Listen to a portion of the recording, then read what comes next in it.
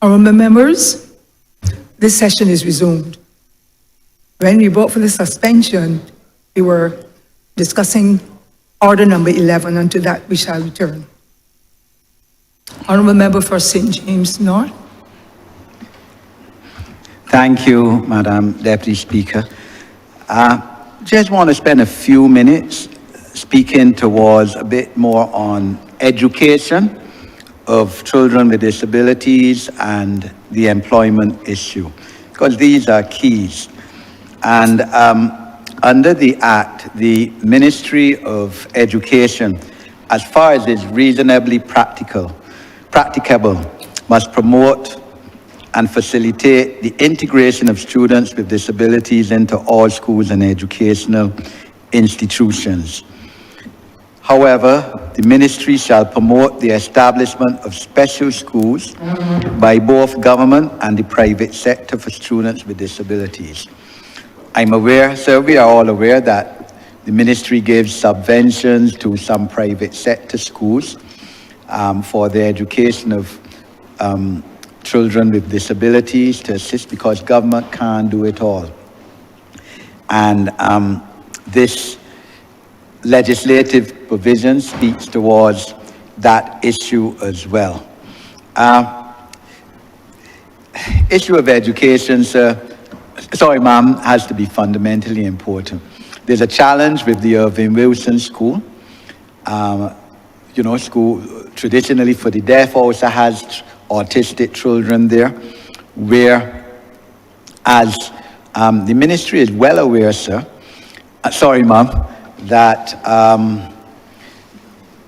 it is not treated as a secondary school, even though children go to school there until age 18, and this is a problem. So we need to enhance the status of that school. There's work to be done. The Ministry of Education is going through an educational transformation process, and I'm happy to say that they've pulled some areas out of that transformation policy, which is not yet finalized, but they're making an effort in terms of treating towards persons with disabilities and giving them a better cause and opportunity in terms of their education. The issue of employment, as I said, is key, and the burden of proof on the employer to establish satisfactory reasons for denying a person with disability employment or employment rights is key. Because, as I said, the 90% unemployment rate among persons with disabilities can't continue. We can't have a society that is meaningful, that is just, which discriminates in that manner against persons with disabilities in terms of employment. As Mahatma Gandhi said, a society has to be judged by how it treats its most vulnerable. And that is the key. And as Leviticus 19 verses 14 says, you shall not curse a deaf man, nor place a stumbling block before the blind, but you shall revere the Lord.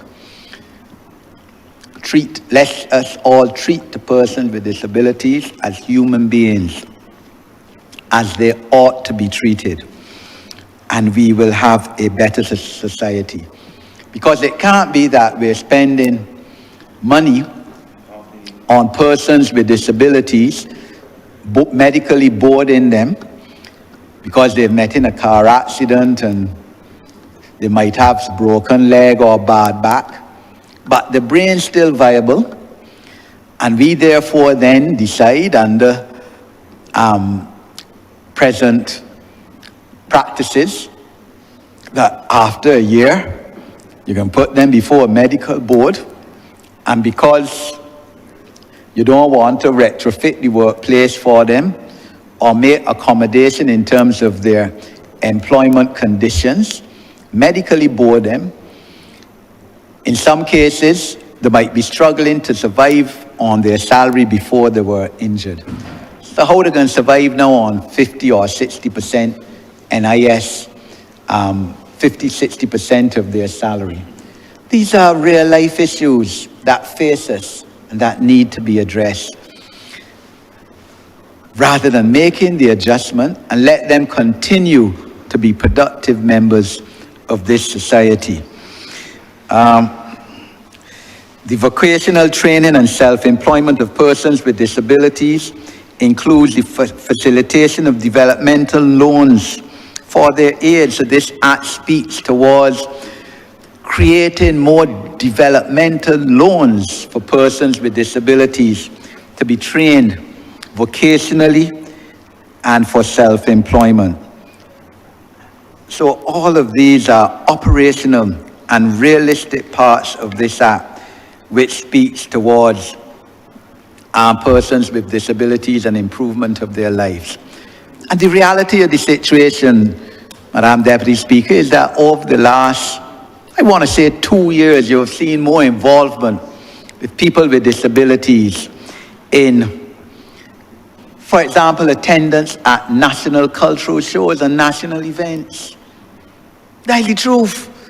Last year, they had an event at Botanical Gardens. And I saw more people with disabilities, more blind people and people in wheelchairs there than I had ever seen at any event in Barbados. Because they're being encouraged and having the confidence now to come out in public and know that they're welcome and know that they're accommodated. Because you're reserving spaces in the car park for VIPs, for persons with disabilities, the vehicles bringing them to park. Those kind of simple notions make a difference. And that is what has been happening. That is what I have certainly seen and people with disabilities speak to over the last 2 years. Accessibility. And on the insurance point,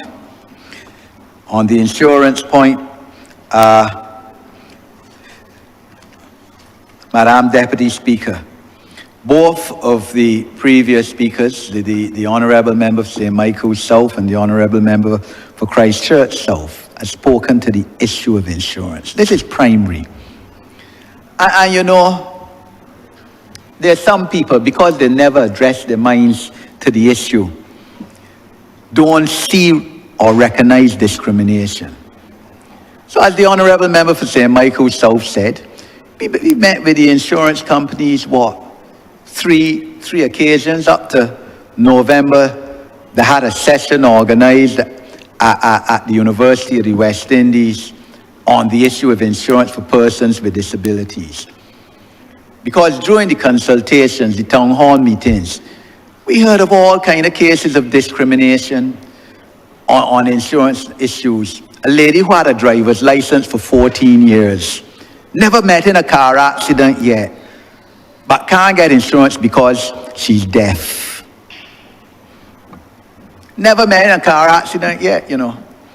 But you can give an able-bodied person car insurance and they're going to lick up the car or somebody next week. So, this act calls now on insurance companies to weigh the issues, right? Bring the actuarial science and other data involved. If you saying that you're not insuring this person with disabilities, you got to give reasons why you're not insuring them in writing.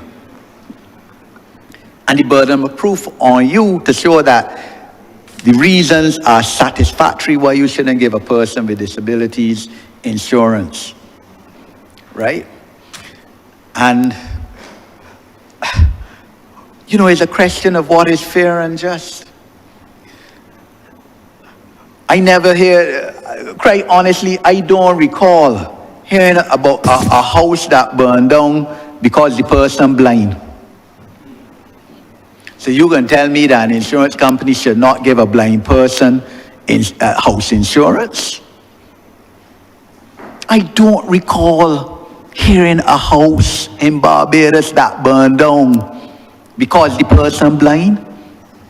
So the insurance companies, tell the truth, as the honorable member said, you know, I had an initial kickback when I made a statement saying that they discriminate against people with disabilities. The truth is, some of them call me up, message me, man Eddie, I don't like what you say. I say, come and let's meet. Let's talk about this thing. Let me show you. Let me bring people with disabilities then.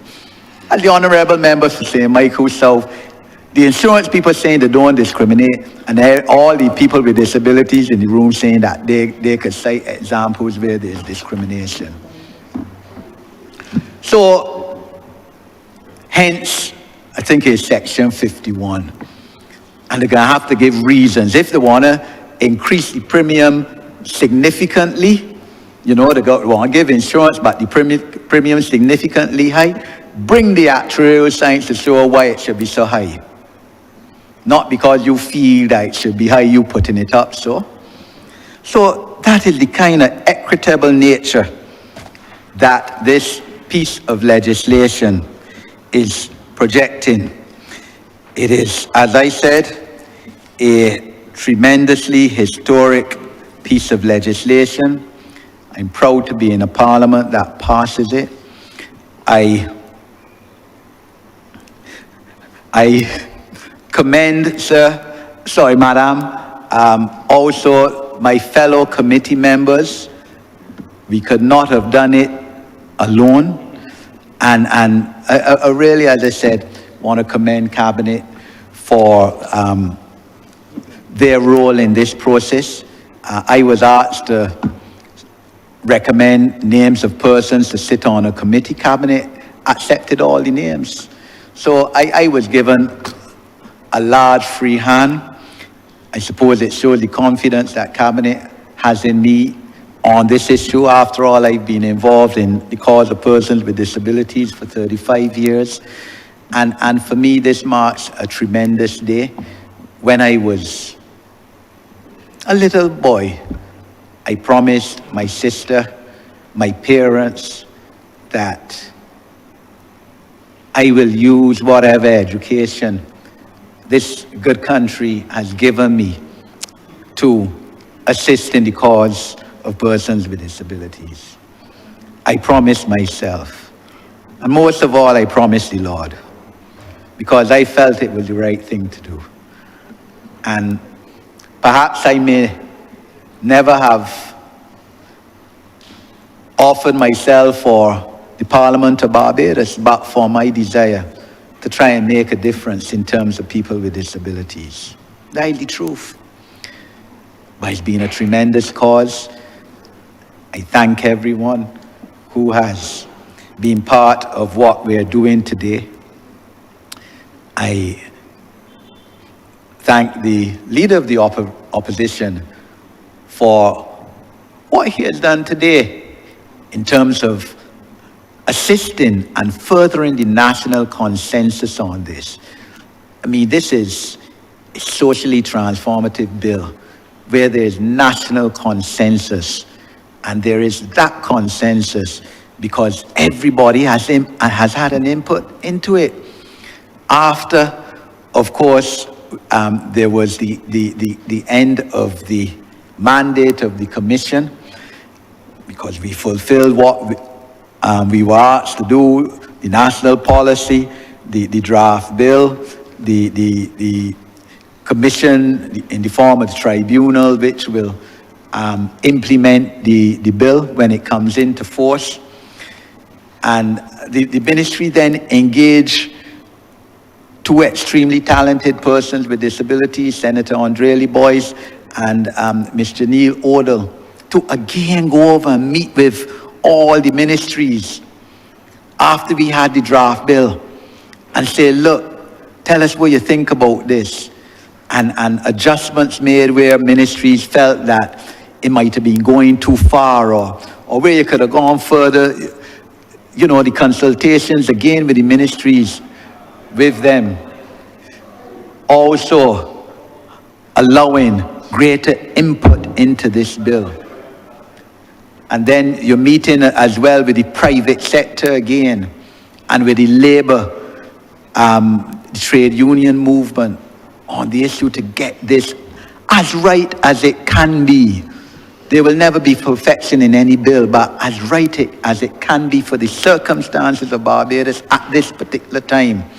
And we are satisfied that this is what we have come up with. We look forward to the proclamation of it sometime in the future. Of course, that will still need to await the family services, the social empowerment agency bill, because as you have seen, that agency is fundamental to this, and that bill, as the Honourable Minister has promised, will be brought before Parliament shortly as well.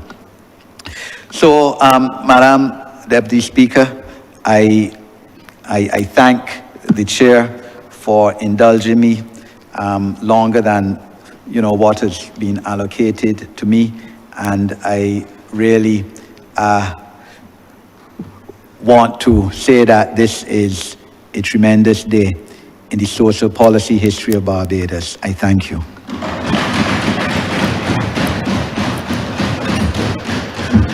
Honourable Member for St. Peter. Thank you very much, Madam Deputy Speaker. I rise with a lot of satisfaction to add my voice to this debate on the Rights of Persons with Disabilities Bill. When, Madam Deputy Speaker, the policy was debated in this honorable chamber, I was not able to debate and to join the debate only because I was away on the business of the government and people of this country. And so when know that the opportunity has presented itself for debate on this bill, I must join this debate to share a few perspectives. Now, Madam Deputy Speaker, I shared with the Honourable Member for St. Michael's South just a few minutes ago that back in the 1990s, late 90s, probably in the early 2000s, I had the opportunity to meet as a hotelier at the time, met with the Council for the Disabled, and we were talking about the program Fully Accessible Barbados. And I got to learn about the program, became convinced that it was one that this country needed. It was needed because it caused those of us who were exposed to it to recognize the basic humanity of every human being. But there was another experience I had which cemented in my mind the experience that I had with the Fully Accessible Barbados and the outcome. I should go back to say that coming out of that engagement with the council, I hired a lady who was deaf. And Madam Deputy Speaker, I can support, and I'm careful how I'm saying this, because we have to be careful about the reasons why we do things. But I still think it is important to say that the productivity of that worker was way above many of the other persons who were employed. And it is interesting that it may or may not have been a result of the disability and the communication challenge. Now, that in itself, in terms of greater productivity, that in itself is not a reason why a person should or should not be employed. But I think it ought to be made clear that rather than seeing the employing of persons with disabilities, people with disabilities, as a liability, it could be very well an asset, a gain, something that the business, the organization can benefit from. I also had, while I worked in the industry, and this is where, you know, sometimes the rubber hits the road. Within the program, Fully Accessible Barbados, there is not an attempt. The vision is that both on the side of the employee, on the employment side, but also on the, as it relates to visitors to the country, so the customer, there is the idea of making the accommodation. In this legislation, we talk about reasonable accommodation. I think in another piece I'll speak to later, it's called reasonable adjustment. We wanted to have rooms, hotel rooms that could accommodate persons with disabilities, people with disabilities. And we found it impossible to do with respect to persons with mobility challenges who were using wheelchairs. But we were able, in 2003, I remember very clearly because we closed for quite some time, and when we built new rooms, we were able to build a new block that was fully friendly to people with disabilities. And so I support the call for working with businesses, working with enterprise, working with organizations, and pointing out how the accommodations can be made. I think we ought not to just give an instruction to say, well, you have to do this. But I think there is room for some level of hand-holding. And then, of course, if hand-holding doesn't work, then let me get my licks for this. But sometimes a spank will be necessary. And I know that I live in a society where that is not popular, but I didn't come here to be popular. The other experience I had outside of work was, and Madam Deputy Speaker, I want to call this name only because I think the program that she allowed me to be a part of is one that ought to be replicated. Rosalind Jackson invited me once to be part of a program called Enter My World. It was held at the Barbados Hilton. I arrived at the Barbados Hilton along with some others. One of those persons is the retired program manager at Starcom Network. There was also a hotel general manager, and there were some others who were thought at the time to be, who could be influencers. But Madam Deputy Speaker, I got to the Hilton and came into the foyer by the conference, in the conference area, and I was paired with a lady who was in a wheelchair. And so I had to sit and move from that wheelchair. I did not realize until that day that the floor in the foyer at the Hilton is not perfectly level. When I heard the Honourable Member for St. Michael South speak to hitting your hands on doors, when I went through a doorway, wheeling the wheelchair that I was in, and I'll tell you, Madam Deputy Speaker, when you hit your knuckles once, you never want to do it again. But that experience taught me and taught the others with me, because the person from Starcom to whom I referred taught for a living, but he was paired with someone who could not speak. And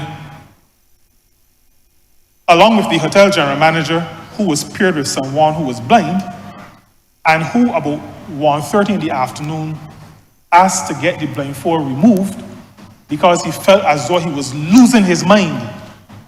I relate those experiences just to say to all of us that we must, as Barbadians, demonstrate a much greater sensitivity It is true, like the Honourable Member for Christchurch South, when he remarked that often we do not really know, what people or what everybody with a disability is actually going through. And I would really commend that program so that at least we can get a little bit of a taste. It will never be the full experience. It'll only be for maybe a couple of hours. But it changed my perception. And I believe it could do the same for many others. Now, this legislation, Madam Deputy Speaker, Rights of Persons with Disabilities, is really legislation about inclusion, legislation about non-discrimination. And we have to recognize and locate this bill in that context. This bill speaks to treating all human beings in Barbados as human beings with capacity, with potential, with desire, with the need to feel fulfilled by participating fully in the life and all the experiences that come with living in this country called Barbados. It is really about building the good society. And I'm happy to be part of the Barbados Labour Party government because I joined a party that has as its slogan, a better life for its people. It is not a better life for able-bodied, a better life for persons with disabilities, a better life for tall people, a better life for people who are not so tall. It is a better life for our people.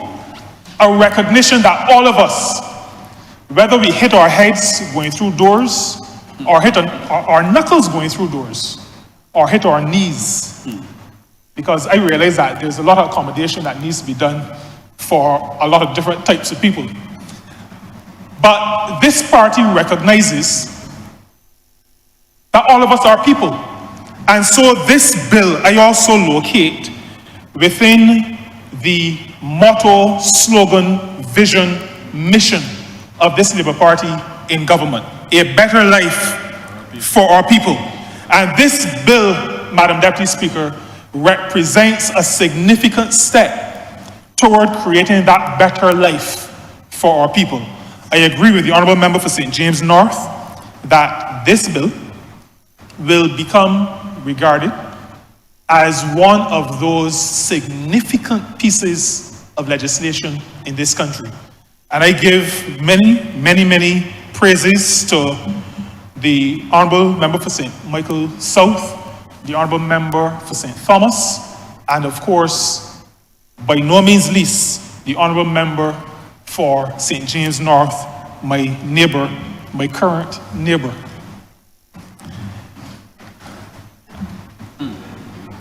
My current neighbour. My current neighbour. I can say, Madam Deputy Speaker, in spite of those asides that I did not hear, that the Honourable Member for St. James North believes in inclusion. Because when I became the candidate for St. Peter, he reached out to me to say, I do this program, come and be a part of it. I do this program, come and be a part of it. So that when Madam Deputy Speaker, he is so involved in this, I can feel comfortable and I can say to Barbadians that the heart of the Honourable Member for St. James North is fully in inclusion, non-discrimination, helping people along. And I really have to applaud the Honourable Member for his hard work. Now, one of the ways in which people generally, but people with disabilities in particular, feel fulfilled is with respect to being able to be engaged in productive activity, particularly through employment. And as Minister of Labour, we recognize this right at the beginning of our tenure. As a matter of fact, before the beginning, because this was part of our manifesto output, and I'm really glad that the Honourable Member for Christchurch South took the approach that he did, well, most of it, because he helped create the manifesto of the Barbados Labour Party. He created it. He may not be as bad, Madam Deputy Speaker, as people think he is, as an increasing number of people think he is. Because he was part, and I have to say this on his behalf, he was a part of crafting the manifesto of the Barbados Labour Party. Both of them, 2018 and 2022, signed off, and lawyers, attorneys at law don't sign easily. They are very careful about what they sign. They sign to things that they agree to, and so I believe in. And so I am comforted that what is in the Barbados Labour Party manifesto that we bring to this honourable chamber, he is fully behind and will not renege on the sober commitments that he made back in his more enlightened days. But at the beginning of our tenure, we came to this honourable chamber and we spoke to, we debated, and we passed a bill to prevent discrimination in employment. The Employment Prevention of Discrimination Act, which it now is. And in that piece of legislation, Madam Deputy Speaker, I had the privilege of being able to present to this honourable chamber and to the country a list of areas where discrimination would be prohibited, where by law, employers, people in general in this country would not be able to discriminate on these particular grounds. And at clause P, or subsection P, is the word disability. And so this bill, the rights of persons with disabilities, is not a brand new. It is a reflection of the ethos of this Barbados Labour Party. It is a reflection of our soul. It is a reflection of how we feel about people, and it is the climax, because this bill takes the clause in the bill that I brought to a whole different level. And so it shows a progression. It shows that what we do in this government are not one-off things. We are on a journey to make a better life for our people.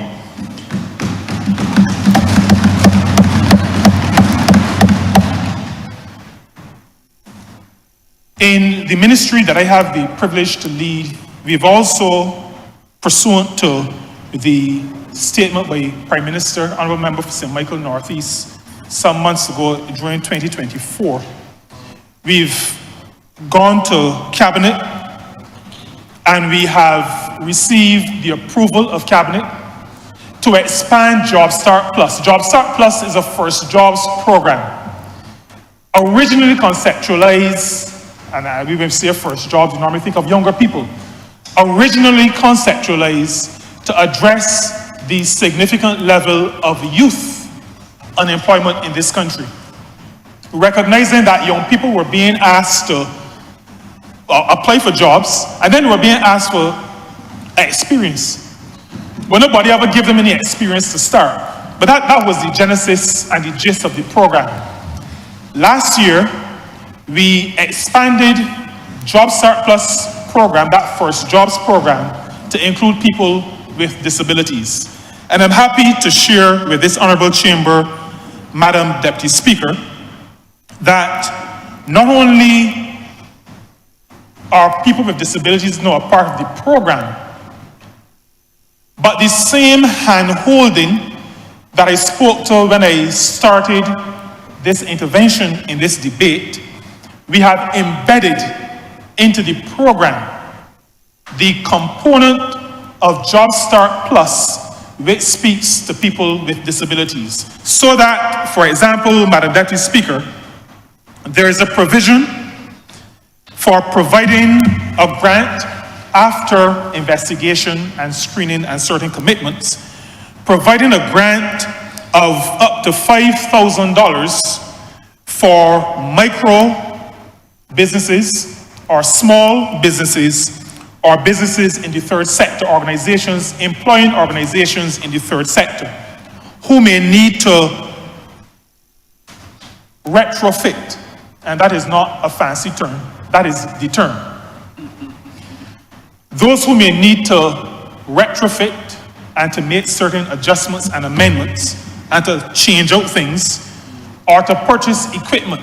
There is the provision in the cabinet approval for that program that $5,000 will be made available, up to $5,000 will be made available. Madam Deputy Speaker, that is because we recognize that this movement to cause all of Barbados and the world to recognize that people with disabilities are people may need some assistance so that it is a two hands clapping kind of a situation. There are some small, very small employers who we may have to help along. And so this government is not about beating up people, making people feel shame about things. Those who need the assistance will get the assistance. We also have in the program, Madam Deputy Speaker, the provision of up to $2,500 for products that are considered assistive technology. Another component of Job Start Plus as it relates to small and micro and third sector employers who will want to take up the responsibility, the moral responsibility to employ persons with disabilities. Now, I should also mention, and I think the Honourable Member for St. James North touched on this, and I'm not getting too much into education, but I always remember that I am here not because I have been asked to manage or to lead, to be policy lead for a ministry. I am here because the people of St. Peter sent me here. And the people of St. Peter are proud of the All Saints Primary School. As a matter of fact, they call it the college on the hill. My predecessor as Member of Parliament attended that school. His opponent in his latter terms attended that school. I did not attend and thought I could lose the election because I hadn't attended. But I had to claim the fact that my father attended and taught there. He took me to school at Black Bess. But at the All Saints Primary, there is a fantastic example of how students with special needs can work and play and coexist hand in hand with those who may not consider themselves as wanting special needs. And so in the playground, on the playing field, at All Saints, everybody is together. At sports, and I can tell you, because last year's sports, I saw the last couple of races at Mahaka in Spikestown. And some of those persons from the special unit are real fast. Real fast. And I tell you that family environment is one that says to students across ability ranges, it says to the teachers at the school, and it says to all of us from St. Peter and those from St. Lucie and St. Andrew who send their children there as well, that we are all human beings. We have different abilities, but we are all human beings. And that is something that needs to be embedded from that age, from school age. Because as school children, and this was mentioned earlier in some intervention, school children can be very cruel. It is important that from school age, from primary school age, our children recognize that we are all human beings. We may look different, sound different, walk different, but we are all human beings. And I know that to be the case because my mother, one of my mother's favorite students, or the one that she talks about all the time at home, is one of the persons mentioned by the Honourable Member for St. James North. And my mother will come home at least once a week to tell me about the goodly senator, the gentleman from the other place whose surname is Boyce. And some of the stories she told me included how children would be fighting among themselves to get the opportunity to help to lift him up the stairs at Roland Edwards. And I just think, when I think of All Saints and I think of his experience at Roland Edwards, I realize that if we are in a similar space, we can come to know, understand, and love and appreciate each other. That is what we ought to do. This bill, the Rights of Persons with Disabilities bill, is built on that kind of a foundation. And we ought to applaud that, because that means that our country will be moving forward, it will be progressive, and it will recognize the humanity, the essential humanity of all of us. But Madam Deputy Speaker, before I sit, I need to say something about Social Security. Now, Social Security is one component of social protection. It is an important component of social protection. And this matter of Social Security is one that this government also takes very seriously. And so our Prime Minister announced that from October of 2024, we would add some categories to persons who are entitled to non-contributory pensions. And I am pleased, Madam Deputy Speaker, to say that this government does not just talk about things, this government does things. And as the Honourable Member for St. Michael South always likes to say, promise made, promise kept. In October, 464 persons benefited from this non-contributory pension.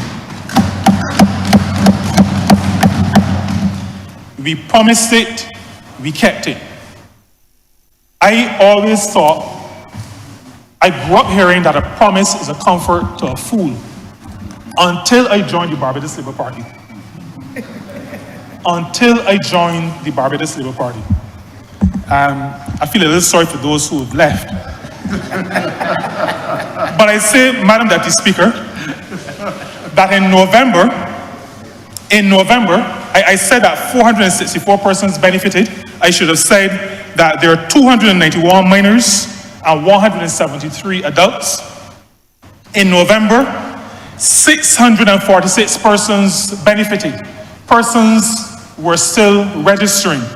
416 minors, 230 adults.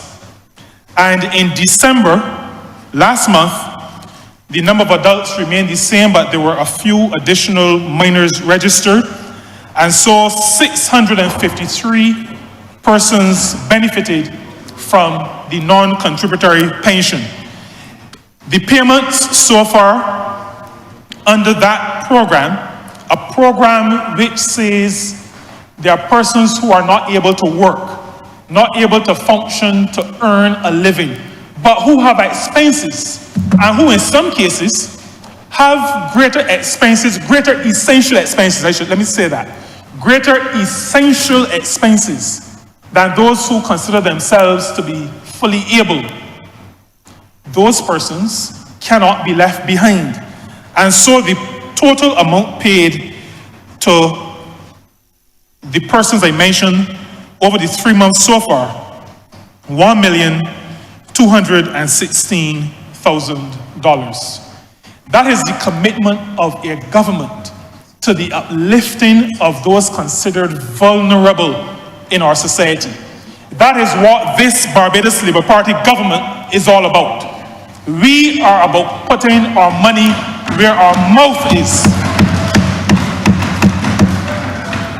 We've come into office and we've said government and governance is about choices. The Democratic Labour Party chose to do things other than educate our young people at tertiary level. They made choices. They did not think that young people who wanted a tertiary education should be able to get it free at the point of delivery. So they withdrew that. They prefer to spend the money doing other things. They did not realize, it appears to me, and tell the truth, Madam Deputy Speaker, I have to put it this way because I would hate to think that they did realize that rich people's children will always get educated. They pay and send their children to Canada and UK and the United States and all these other places, these fancy places, you know. But it is ordinary people. I do not know if persons, including people with disabilities, would be able to get education if we had continued that. But politics and government is about choices. This Barbados Labour Party government chooses to spend money on people with disabilities. It chooses to come into Parliament and spend time debating a bill on the rights of persons with disabilities. We make choices. There is a component of this bill, and I'm concluding, which I think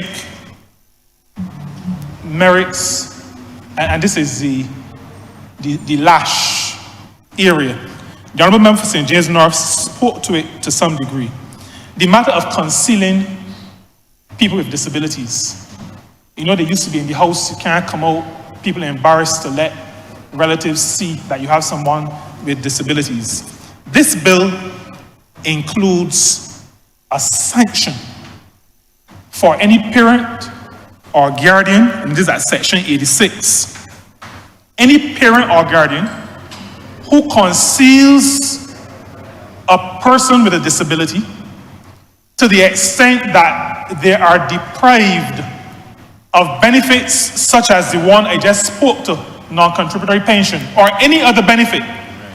If that happens, this government, through this bill, sees that as such a bad thing that that person on conviction could be sentenced to a fine of $5,000.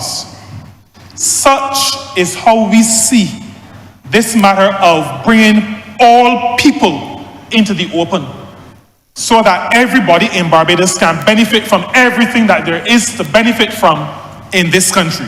And I think that is a very good inclusion.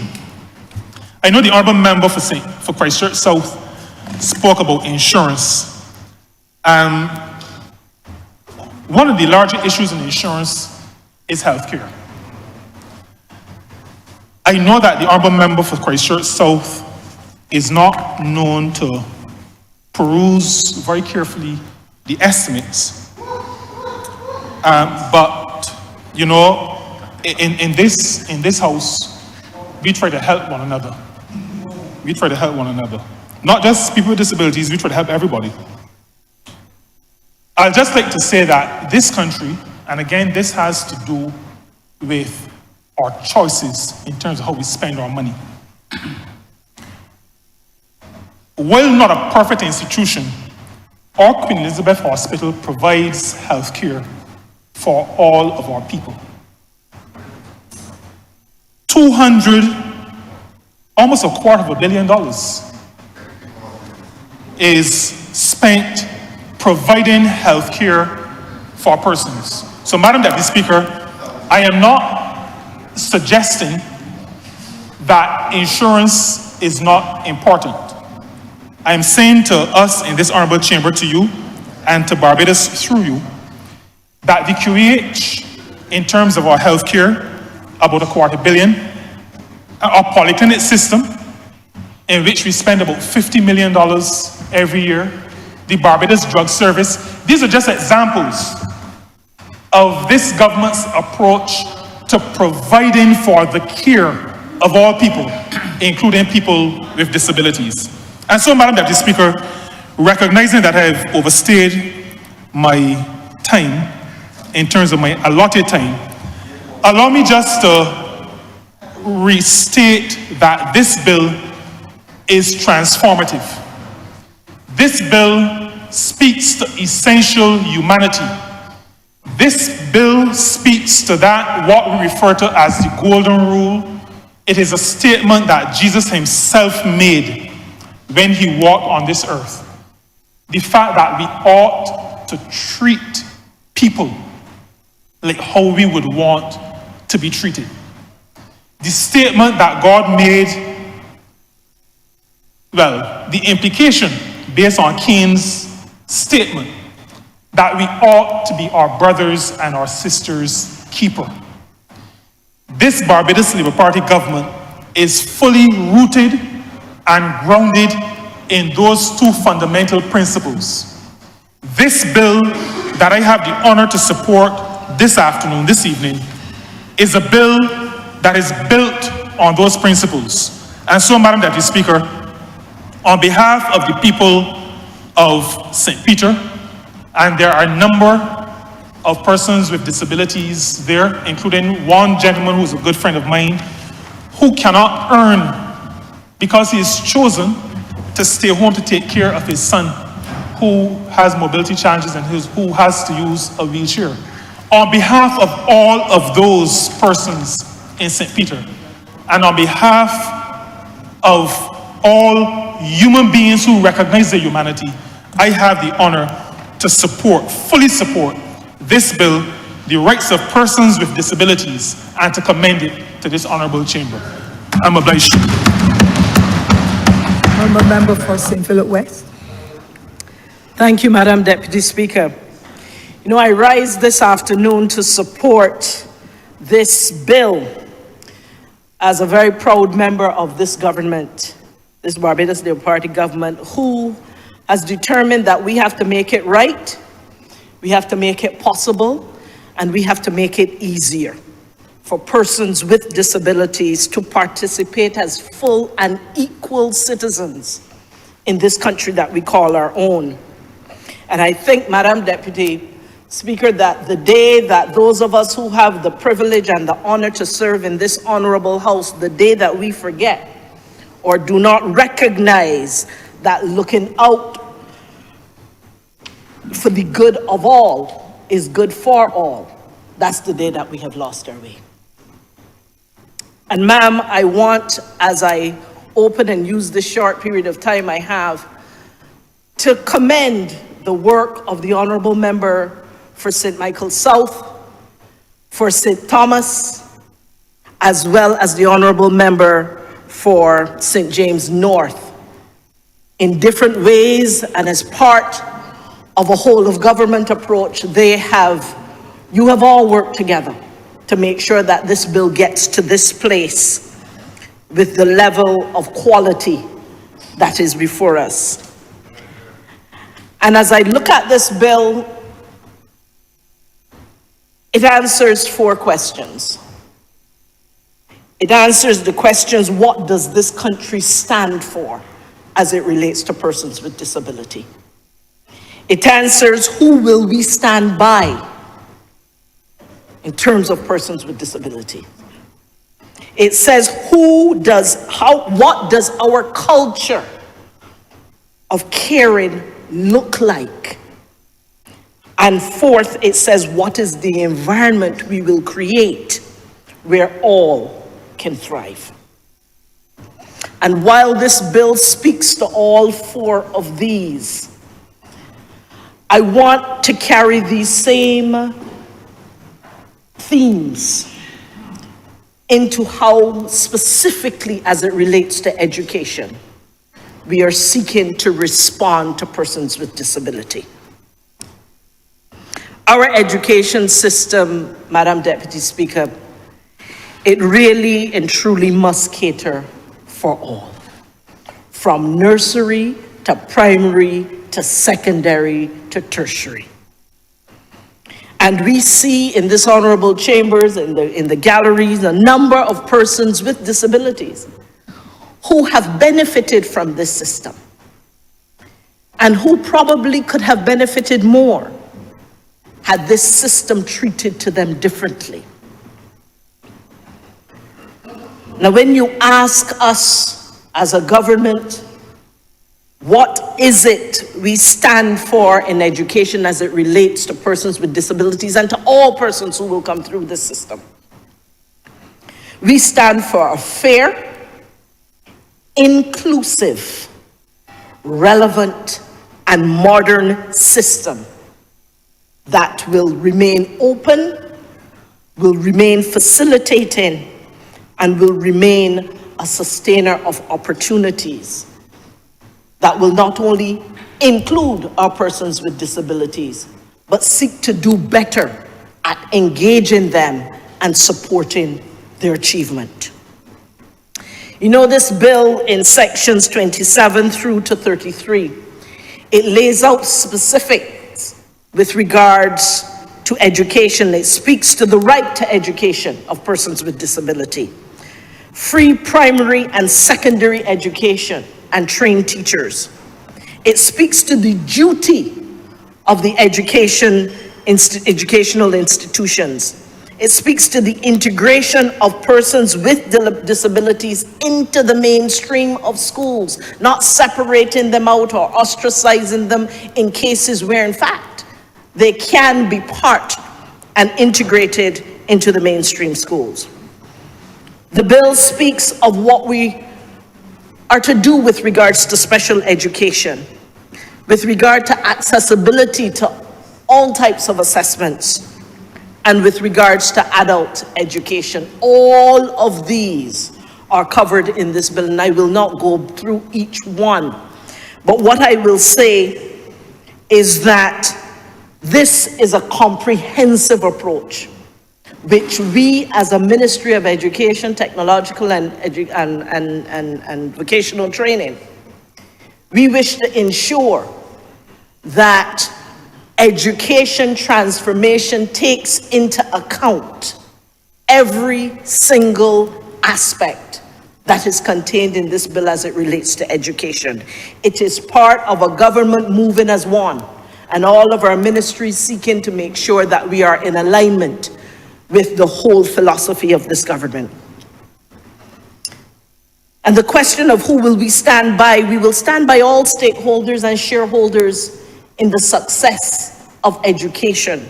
And that includes those who are both adult and child learners, those with disabilities and those without. And it is our learners, be they adult or child, who must be at the center of our system. And we will stand by every single child, regardless of ability, who is looking to have a brighter future. That is part of the values of this Barbados Labour Party government. And I think perhaps the richest part of this is what should the culture of caring look like as it relates to persons with disabilities. Madam Deputy Speaker, if I am to be honest, the reality is that our system, our overall society, and in particular our education system, has not always served persons with disabilities in the best way possible. And Madam Deputy Speaker, we have to do better. And I want to share with you some of what we need to do as a society as well as an education system, and how this relates to what we are seeking to do with education transformation to ensure that we have better outcomes for all of our children, all of our learners, be it children or adults.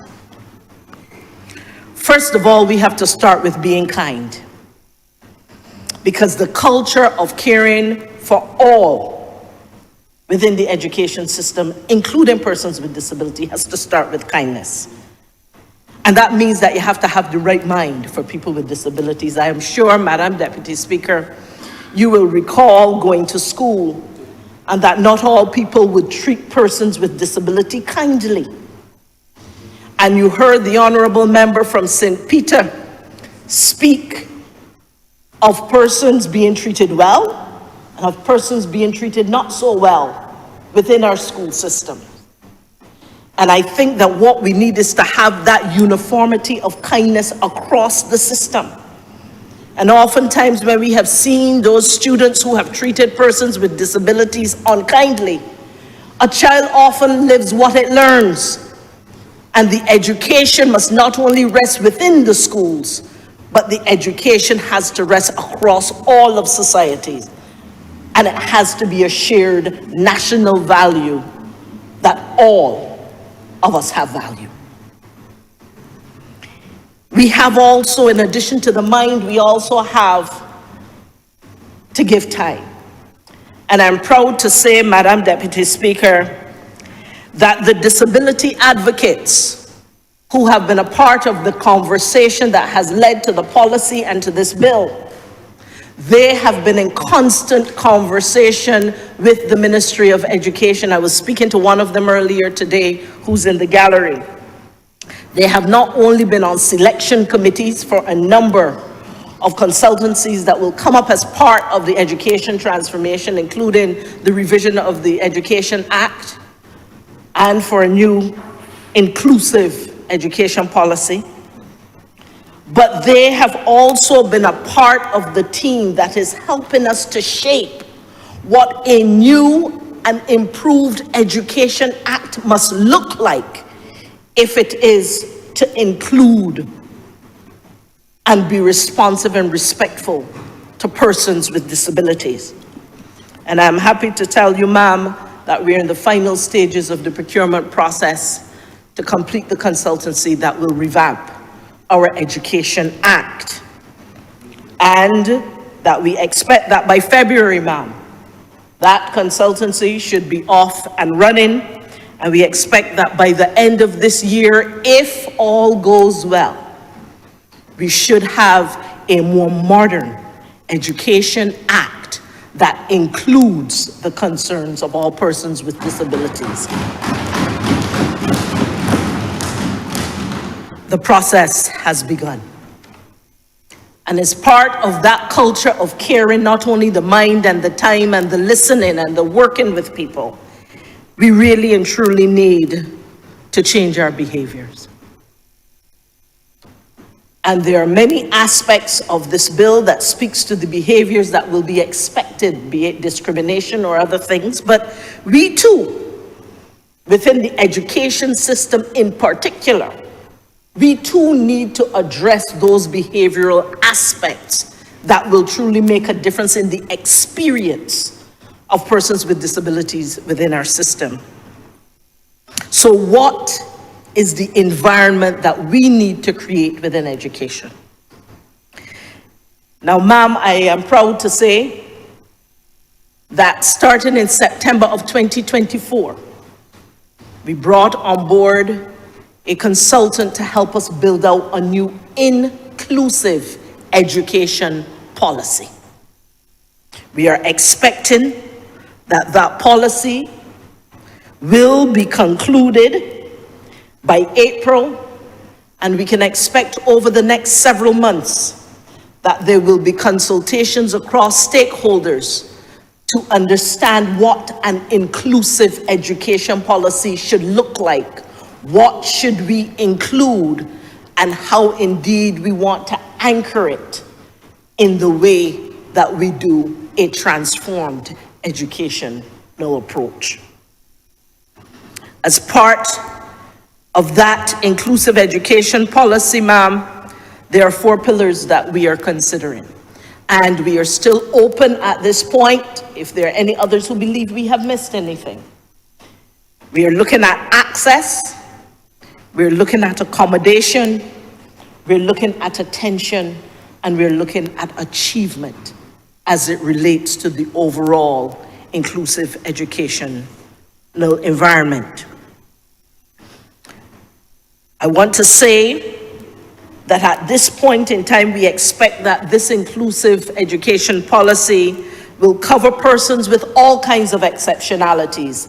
Persons with disabilities are a subset within persons with exceptionalities, because persons with exceptionalities can include those with physiological challenges or disabilities, those who have psychological challenges, those who have communication challenges, those who have learning challenges, those who have challenges with neurodevelopment. These are the areas that are part of the protocols or the classifications that we will use. And this, the exceptionalities, not only include students within our system who may have disabilities, learning and cognitive and other disabilities, but those who are gifted. So often we forget that an exceptionality within our education system is on all sides of the spectrum, both sides.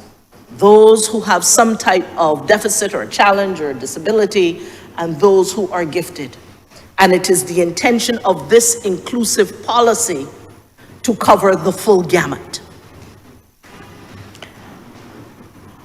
I also want to say that as we take a very comprehensive approach to how we will do inclusive education in Barbados, we are looking to enhance the special education needs section of the Urdeston Teachers Training College. In fact, that process has already begun.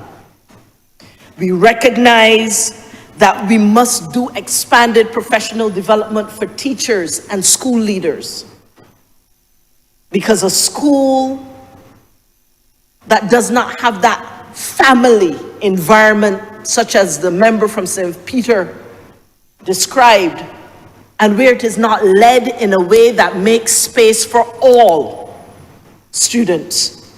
If we do not have school leaders and teachers that ensure that this happens within the environment, it will only be talk. We therefore need to make sure that they are sensitized, that they're trained and they're provided with the skills and the tools and the knowledge to make a conducive environment in schools that is a conducive environment for all.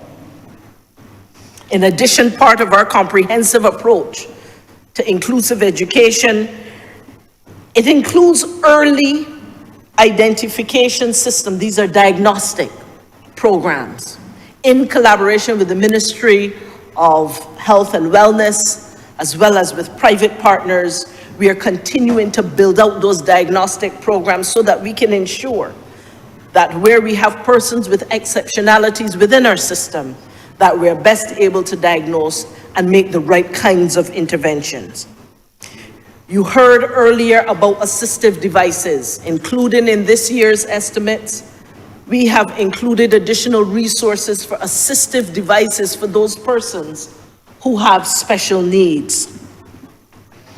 We have expanded the number of special needs officers within the ministry. We've moved from 1 to 8 so far, and we are continuing to make sure that the ministry itself has the right kinds of resources. When it comes to the infrastructure of our schools, when it looks at accessibility, I have to say thanks to Senior Minister Duguid and others who have worked with us. And, pardon me, and, the member from Christchurch West, who has worked with our ministry along with other experts to ensure that there was a design program for schools that now will ensure that going forward, any major refurbishment, repairs, or new builds of schools must be fully accessible to all. And I wish to say thank you so much for the support that has been given the ministry, because it has certainly put us on a different trajectory as it relates to infrastructure. That is only one aspect. The individualized education plans, we have started the process of working on those. And a member earlier asked about Alma Paris. Madam Deputy Speaker, I am proud to announce that we will be reopening Alma Paris. We know you, Deputy Speaker, Madam Deputy Speaker, has been asking for that on an ongoing basis, and so that you know that it is real. We have had our meetings with the unions. We have selected the students who will be the very first. All of those students have now had their diagnostic tests completed. We have identified the teachers who would be a part of that environment. The board of the school has already been selected, and they have received their instruments. And indeed, the school itself is being prepared. What is important too is that the individual educational plans for every single one of those children will be in place.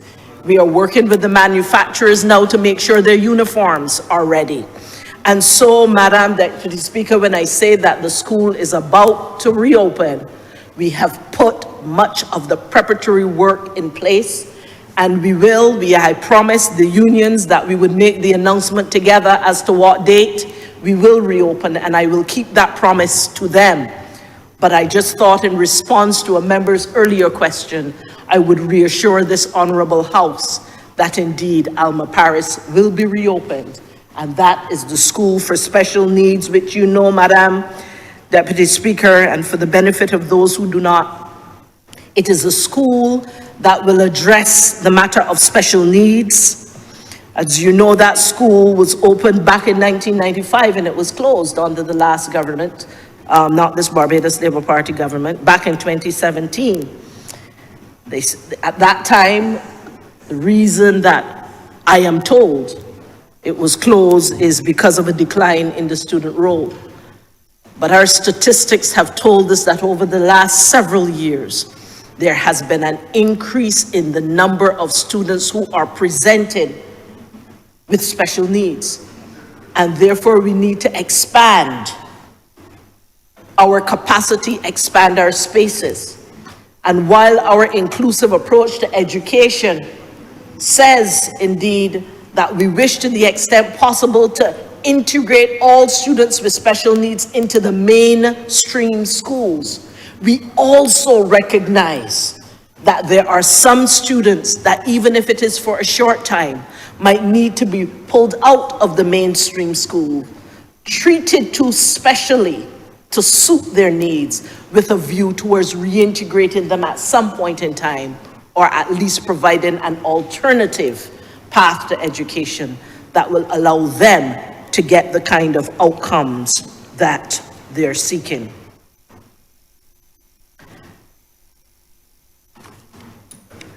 Madam Deputy Speaker, I am getting ready to wind up because I know that my time is close.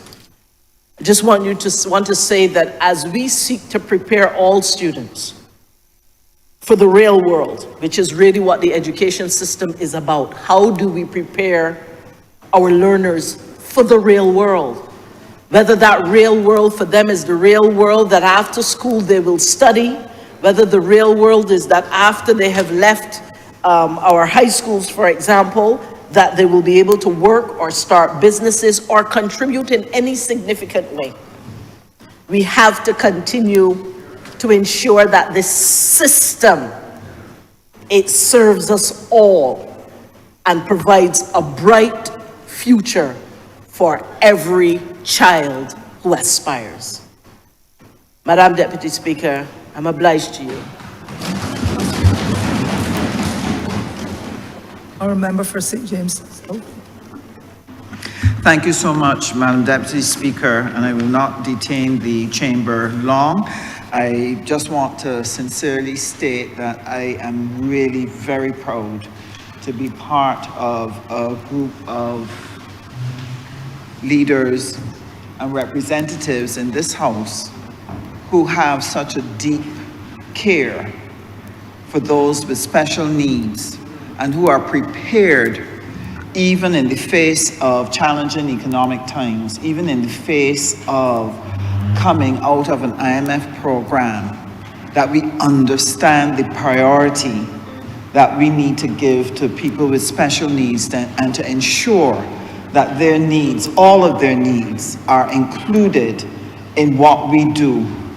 And that, to me, speaks of a heart of care and a commitment to making life better for all of our people. I had the opportunity to speak in the other debate and would have shared a number of things with the Honourable Chamber at that time. And today, I just want to focus on maybe one or two issues that I think will be of importance as we continue on this journey to caring for the people among us who have special needs and therefore need our special help. I believe today the Honourable Member for St. James North, the Honourable Member for St. Michael South, and the Honourable Member for Christchurch South mentioned the importance of the mindset that we have as a people. And I believe the Honourable Member for St. Peter shared quite compassionately about the attitude that parents sometimes have when they are confronted with the challenge of having to care for a child with special needs. Every parent, every person who gets pregnant, every person who expects to be a father does not prepare themselves for having a child with special needs. And this can often be a shock, a challenge that some parents have difficulty in overcoming the challenge and coping with the new reality that they're faced with. Some have done extremely well in terms of adjusting, in caring for that child, in providing for that child. But there are some who have not been able to make that grade. And I believe that part of going forward in terms of working through what else we need to do in the interests of people with special needs, that we need to be able to put in place sessions and provision to help families make the adjustment, to provide the counseling support, to provide the extra assistance that they need. I know one of the things that has been a major challenge, and it was shared by the Honourable Member for Christchurch East Central when he was speaking about special needs situations, that the major care of a parent of a child with special needs is who is going to care for this child after I'm gone, when I'm no longer here. That this is a deep fear, that the cost of raising and responding to the needs of children with special needs is very often beyond the ability of the average person. And therefore, the absolute need for us as a community to be able, to provide the non-contributory pension, that's the first step. The second step is what was shared by the Honourable Member for St. Philip West, that we have to provide them with the necessary education, that wherever possible, we do all that we can to enable them to be able to manage their lives and to be able to either work or start a business, that there are things that they can do, but it cannot happen unless we do the work outlined by the Honourable Member for St. Philip West, that you do the assessments, that you provide the individual learning plans, and that you have teachers who are properly trained to be able to help that child find that area of ability and develop it and be able then to take it to the marketplace so that they can contribute to looking after themselves. And this is very important. What I have been impressed with, having come to the ministry since January, really was to see how the staff at the Ministry of Education have deeply internalized the idea that we need to do more and we need to do better for our children with special needs. And I've seen an energy and a commitment to putting in place all the necessary things that we need to do in order to make that learning experience better.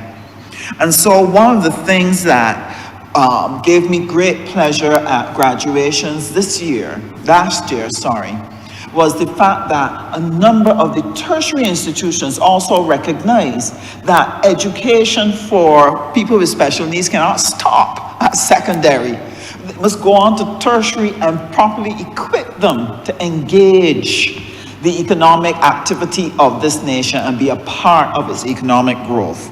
And so at the graduations, we saw a number of students who graduated having been able to master a number of technical subjects. But what was heartwarming was the loud clapping and praise and support, additional support that was given to those students when they came up to receive those certificates. And I want to sincerely congratulate them because it would have been a very, very difficult road for them.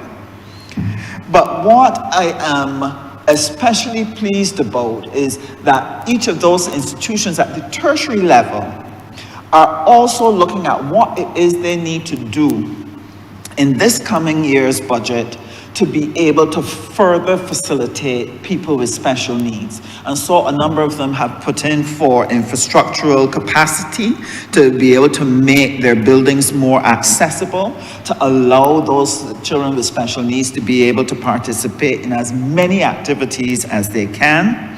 And I'm happy to also report that the Samuel Jackman Prescott Institute, they are putting forward to be able to do special training for children with special needs, looking at things like home economics, joinery and carpentry, and looking at what are some of the skills that they can acquire and be a part of what is happening in terms of growth in Barbados, in terms of the construction building boom. How can we help them become a part of it? The young lady who earned her associate degree at the BCC got hers in marketing and social media, and therefore she is looking forward to the opportunity to be able to be employed in those areas. And I believe that this is something that we should applaud. Now, one of the things that is important in the process, and I believe the Honourable Member for St. Philip West had mentioned it, about the issue of teachers, and that Erdeston would have started that process. I'm happy to report to the country and to the Honourable Chamber that some 29 students, teachers, were trained in special needs, and then another 26 this year would have completed their training in special needs. What that tells us is that there's a greater interest by teachers in working with special needs children. That means that gradually we're having a society that is turned away from the idea of scorning people with special needs, or ignoring people with special needs, or saying that they can't manage or engage them. More and more teachers are stepping forward. And where did all of this start? Many years ago, more than 13 years ago, we had a special unit that was started at Charles F. Broome. And I asked permission from the speaker to be able to mention the name. One of the first senior teachers put in charge of one of the first special needs unit was a lady by the name of Mrs. Ori Wilson. At that time, there was not a lot of training in special needs, but what she had was heart, and what she had was passion for those children. And Mrs. Ori Wilson worked with those special needs children because this was the pilot, this was the prototype by which the government was doing first, try to see if we could go down the road of developing more and more units for special needs children. And she was entrusted with the responsibility to work and create an environment for those children to learn. Madam Deputy Speaker, it was a pleasure to hear her speak of her children, the love and compassion she had for them, her celebration of every single step of progress, regardless of what it was, whether it was tying a shoelace, whether it was repeating a sound, whether it was getting a piece of art done. She celebrated with each of those children every step of progress that they made. But more importantly, she inspired the other members of her team to bring the same love and the same compassion and the same energy to caring for those children. And one of the things that those children knew when they come to school was that they were loved, that they were valuable, that they were seen as having something to develop and something that is important. And I feel that one of the things that we need to do is to celebrate not only the people who would have been advocating on behalf of special needs people, but the early teachers who fought the fight with them, who responded and helped parents. Many of those teachers used to counsel parents who were struggling with coping with a child with special needs. Many of them left school and went to homes and sat with parents and helped them to cope. And I really want to recommend them for some type of recognition for the work and championing the cause of children with special needs. One of the areas, and this is the last item that I will share on this matter, one of the things that is of concern to me is that so often caregivers for people with special needs need a break. That the burden of carrying the care, especially if that care has a lot of heavy physical demands, it can be extremely challenging. In my own constituency, I have a father who every morning has had to lift his child to get the child to the special bus because the road where they live is really very bad. To take the vehicle up there would be to destroy it and put it out of use for others. And so every day he has had to lift his child, who is now at the age of 16 or 17. So just imagine what that would have been, and he's getting older. I think that one of the things that we have to look at going forward is how are we going to be providing for parents who have those types of challenges, as well as those who need a break, who need respite from the care, even if it's for a week, that they can recover and continue on the journey with their children. And I believe that if we can do that, that would also be part of what we need to do to create that inclusive and caring society. And so with that, Madam Deputy Speaker, I just want to congratulate the Honourable Member for St. Michael South for excellent work and his team. Thank them for being here today. The advocates on behalf of the special needs persons who were here and who fought that fight for quite a long time. To the teachers and the various ministries who are working assiduously to be able to put forward benefits for people with special needs. I just want to honor them and thank you for the opportunity of sharing.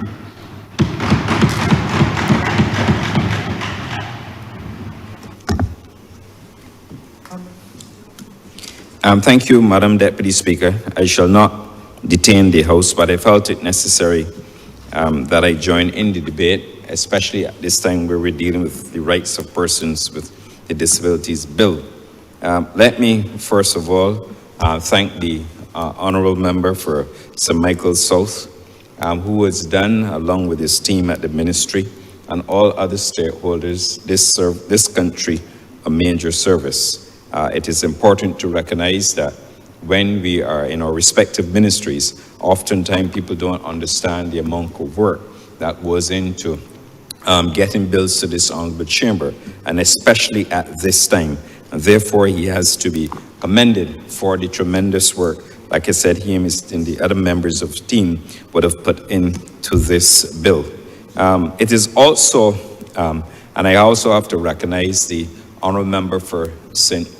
James North, who has also been a great champion of the rights of persons with disabilities, and who's gone out of his way to ensure that this bill too is here today. But his diligence in these matters, especially matters pertaining to the disabled community, cannot be discounted. And therefore, I would want to place on record as well the thanks. I do so not only in my name, but the people of St. Michael West Central, because I have in my constituency their individuals and their persons with disabilities. And therefore, anything to improve the lot of those persons must be commended. And they too, when I speak on their behalf, of course, and in their name. Were it not for them, I couldn't be here. But it is important that we recognize the significant work that has gone into this bill that will certainly help to advance the plight of the disabled community in Barbados. I believe, Madam Deputy Speaker, it was back in December of 2006 when the United Nations at the 61st session of the UN had agreed to the Convention on the Rights of Persons with Disabilities. And it was later, I believe, it came into force, I believe, some 2 years later, I believe in 2008. But what is significant is that this bill sets out the parameters, and it follows very closely with the international standards that most countries have been following with respect to dealing with persons with disabilities, ensuring that we protect, that we ensure that we promote, and that we ensure that they enjoy what I would consider to be the full and equal enjoyment of rights, human rights, I may add, and freedoms associated with persons with disabilities. Of course, this is out of respect for the dignity, and therefore I felt it was necessary to join this debate. I also would not wish to leave, and I said I'll be very brief, this debate at this time without putting on record the Barbados Labour Party's position. And I certainly do so because when I was chairman of the Transport Board, going back to 2003, 2008, there were a number of initiatives that we had introduced, and certainly as chairman of the board, with the concurrence of the government and the cabinet of the day, that we had implemented a number of policy positions that to this day still stand firm. And I speak, of course, the fact that when we had to buy, when we were faced with the challenges associated with a bus shortage because we didn't have enough buses within the fleet. The government of the day, based on the policy undertaken when I was chairman of the Transport Board, along with the board members, that a fleet replacement policy would have to be implemented, not only to regulate and to ensure we don't buy 100 or 200 buses at one go, because that wasn't sustainable.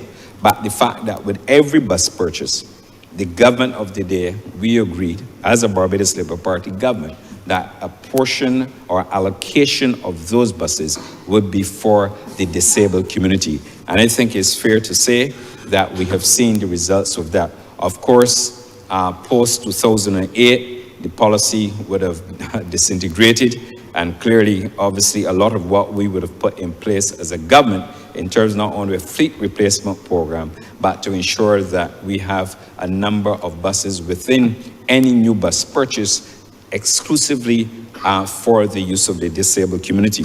I also might add that at the time those buses were equipped with the hydraulic features for wheelchair access. And as a result of the wheelchair access, we were able to even move more persons, obviously, within the disabled community.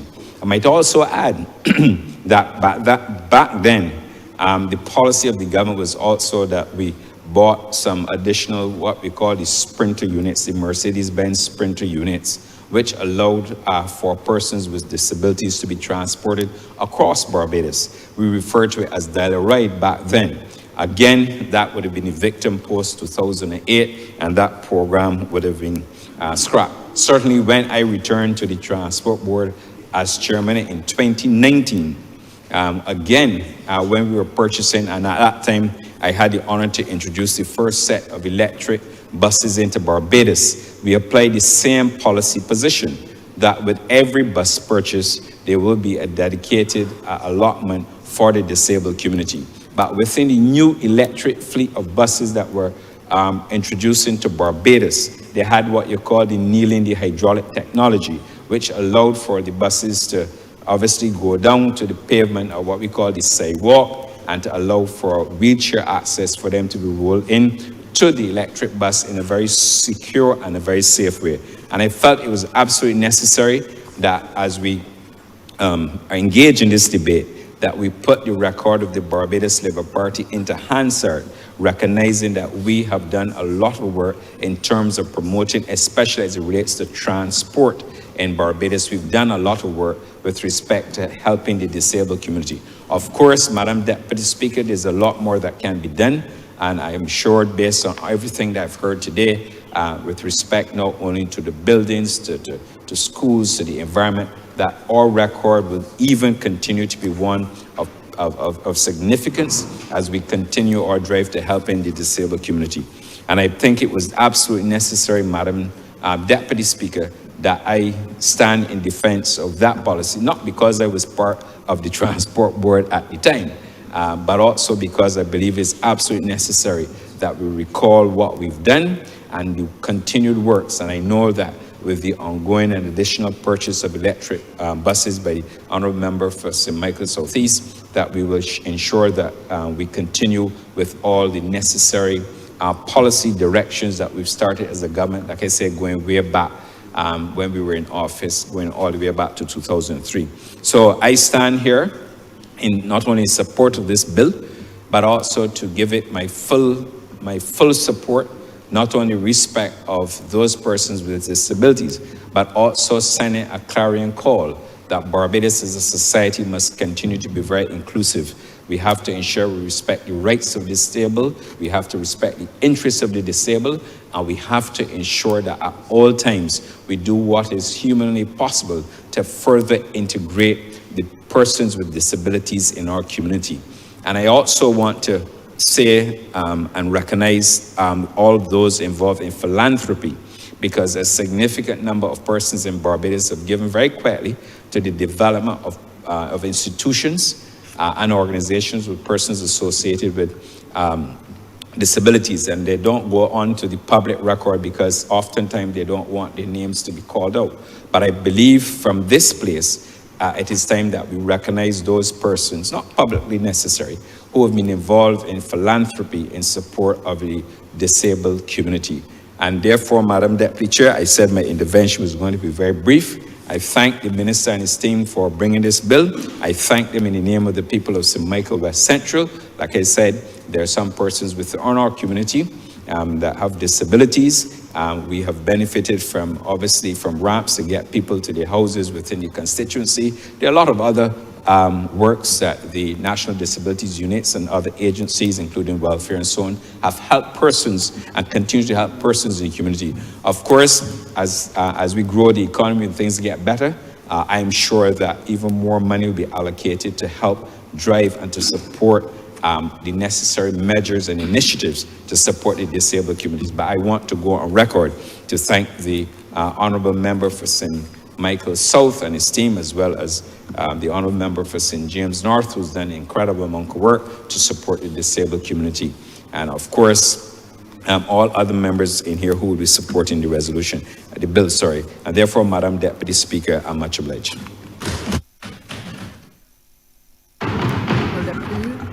Thank you, Madam Deputy Speaker. I know the evening is late. I believe I may be the last speaker in this debate for this afternoon, but I do think it is important for me to lend my voice, having already spoken on the policy when it came a few weeks ago.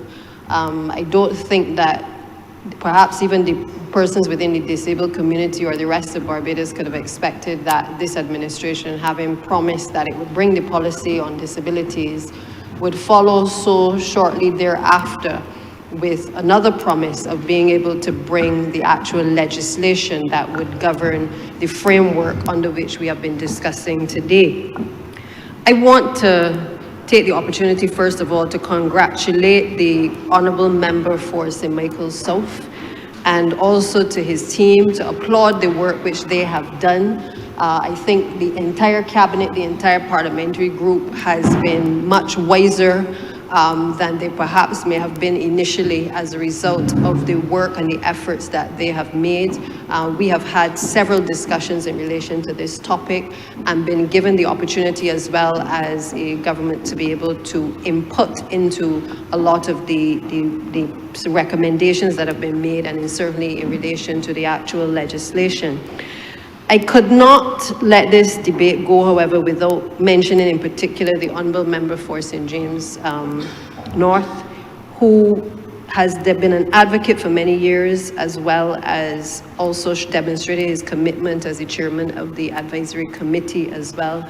Madam Deputy Speaker, I think that having served with the Honourable Member when we were in opposition, and having had to watch, rather, him being subjected to taunting by members of the other side at various occasions, and I know members who would have been in that time would be well aware of what I speak. I marveled at his commitment to representing people with disabilities, even when others on the other side were taunting him for sometimes his stammer at times. And what it shows is that, you know, we come to public life to change things. And despite sometimes the cut and thrust of politics, there are some things that we must remain grounded in relation to. And the Honourable Member for St. James North has done that. I think that as he leaves office in due course, I think this will certainly be one of the things that he is remembered for in terms of his contribution and his advocacy over the years, because he was relentless in his defense of people with disabilities, drawing to the attention of the then government what was necessary in order to change the current trajectory of where we were. And he has had the opportunity through this administration to be able to not only lend his voice, but also from his legal background to also impart into the shaping of this legislation. And I know that we owe him a debt of gratitude in terms of the commitment. Also to you, Madam Deputy Speaker, as former minister in this ministry, I know that you would also have spoken not only on behalf of the disabled community, but also in consideration of the disabled elderly in particular. And not only from personal experience, but also from having had the experience of your elderly family who may have had disabilities as well, and others in the community whom you have supported. So within this government, we have all, I think, been touched and certainly blessed by being shaped by persons who have had disabilities or still have disabilities, who have been able to provide us with that insight that is necessary to understand what we are here to do and what are the changes that we have come to make. I'm also pleased with the performance of the Honourable Leader of the Opposition today, because on the last occasion, and I think today as well, he acknowledged that, he was not as familiar with this subject area as perhaps he ought to be. But I am pleased that he equipped himself today, and certainly over the last few weeks, with the knowledge that was necessary to deliver in the way that he did, to not only support the legislation, but also to, raise a couple of recommendations in terms of the way forward and how we should do things. And so, when it is necessary, Madam Deputy Speaker, to throw a few lashes, I will do so, but I equally will acknowledge on occasion when the Honourable Leader of the Opposition does the right thing as well. I also want to thank the people who would have been here this morning with varying disabilities. I think, again, this is an eye-opener for all of us in terms of what it takes for people with disabilities, not only to make the trip here, but also to come up in the elevator, to be ably assisted by a number of persons, to be able to make sure that their wheelchairs are properly accommodated in the space. It certainly, for me as leader of the House, has also made me more aware of the fact that perhaps the clerk, myself, Management Commission, and the Honourable Prime Minister may need to look at what other accommodations we can make going forward to make sure that that process of persons who have wheelchairs, for instance, or other assisted devices are able to move seamlessly in and out of the House of Parliament. I was on holiday with my father recently in Orlando, and we visited Epcot Center. And my father's a very proud man, doesn't like the idea of a wheelchair on most days, but because obviously it was easier to move him around at a huge park in that way, he complied. And of course he would listen to me, because not that he has a choice, but he complied in the wheelchair. We couldn't book the mobility device because we'd gone there late in the afternoon. But what was interesting is that there was provision for persons who were elderly, persons who had disabilities, to be still a part of what we would consider an activity that ordinarily people who have disabilities would not participate in. So I was able, for the first time in my father's 83 years, to be able, because Dad has had a stroke many years ago. Fortunately, it was not that severe, but he still has some challenges in terms of the after effects, as most people would know of strokes. And he was able, at the facility with the use of the wheelchair and the other assisted devices, to be able to participate in the activities. He was also able, I think, too, for him to see, as an elderly person and one who has been part of making laws in this country as well, the seamless way in which the rest of the world, the developed world, has made it easier for people with disabilities to be integrated into day-to-day life.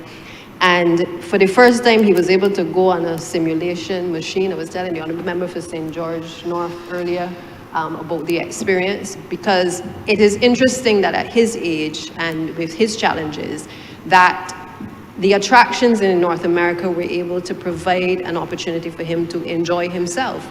And it makes me recognize that even as we debate this bill, what we are doing is so significant and so transformational, because we have the potential with the incentives that are provided and the concessions within this piece of legislation to also inspire and encourage a number of our attractions to not only cater for people with disabilities on island so that they can be a part of these activities, but we also have an opportunity, and I'm happy that the Honourable Minister of Tourism spoke just now, to be able to allow people who are coming to the destination, in particular for the first time, to be able to have an experience on island that allows them to feel as though they are included as well.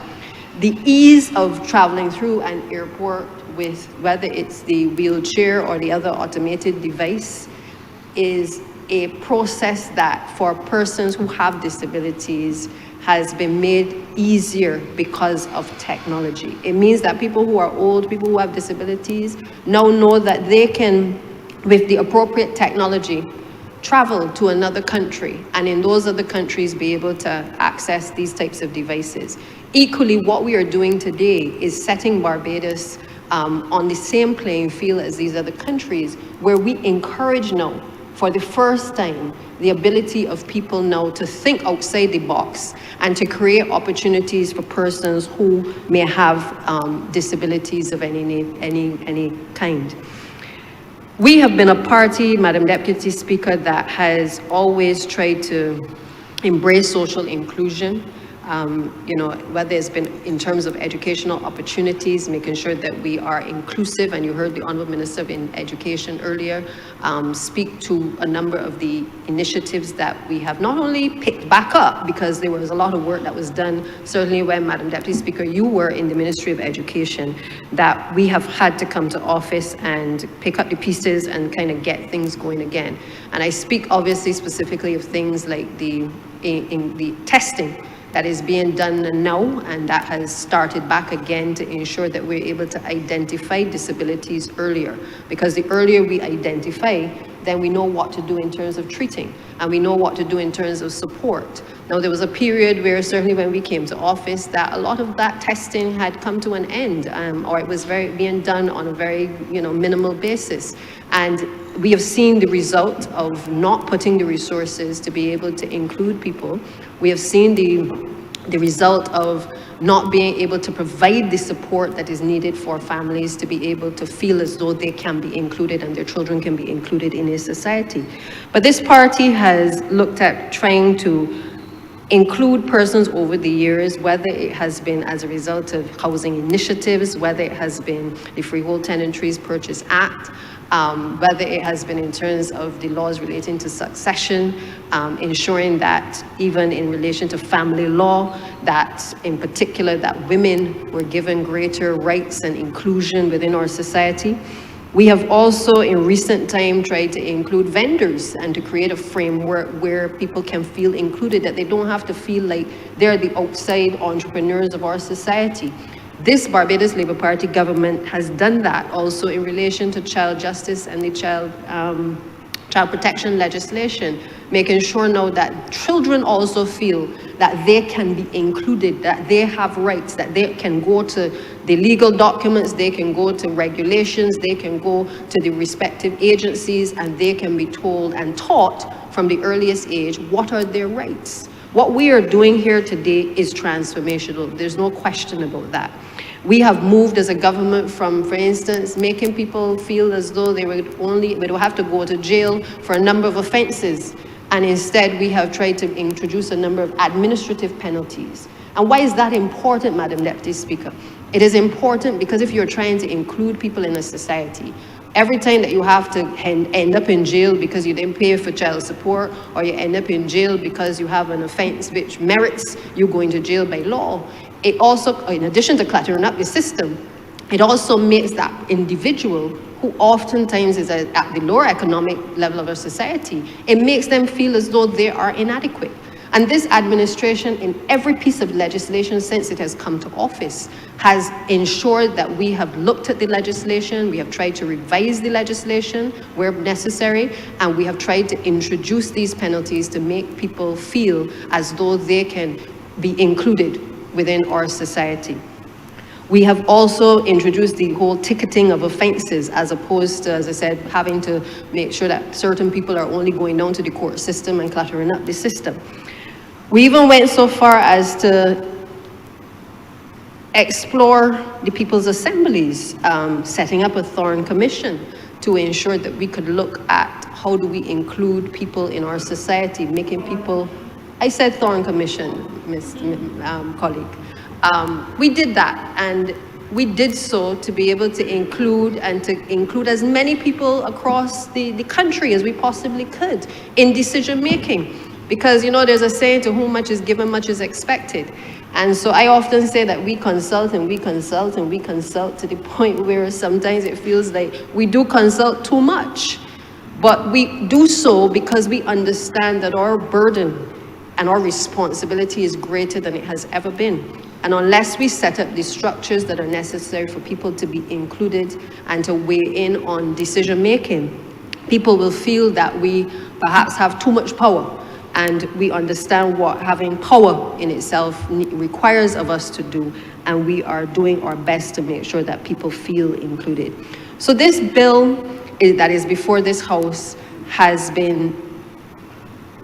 received the input of a number of the stakeholders, some present here today, some that have passed on. But the one thing that is clear from the last few months is that there has been extensive consultation and inclusion of people from both sides of the political divide, persons who have worked tirelessly to make sure that this type of legislation would come to this place. I think I heard somebody say earlier that, you know, it's interesting that we have to enshrine these types of rights in a piece of legislation.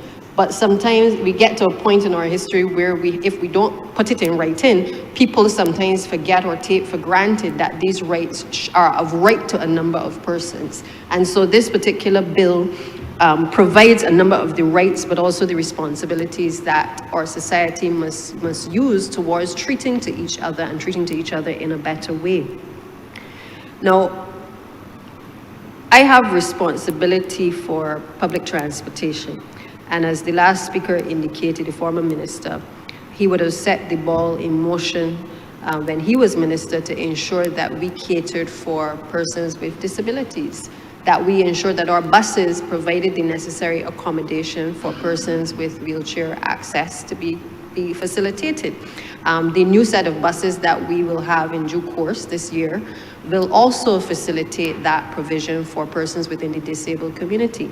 But this legislation has also gone further in terms of ensuring that if people want to get into this particular sector of providing transportation, there is the provision to be able to apply for the necessary concessions through the Ministry of Finance to be able to bring in the necessary vehicles to be able to provide for the sector.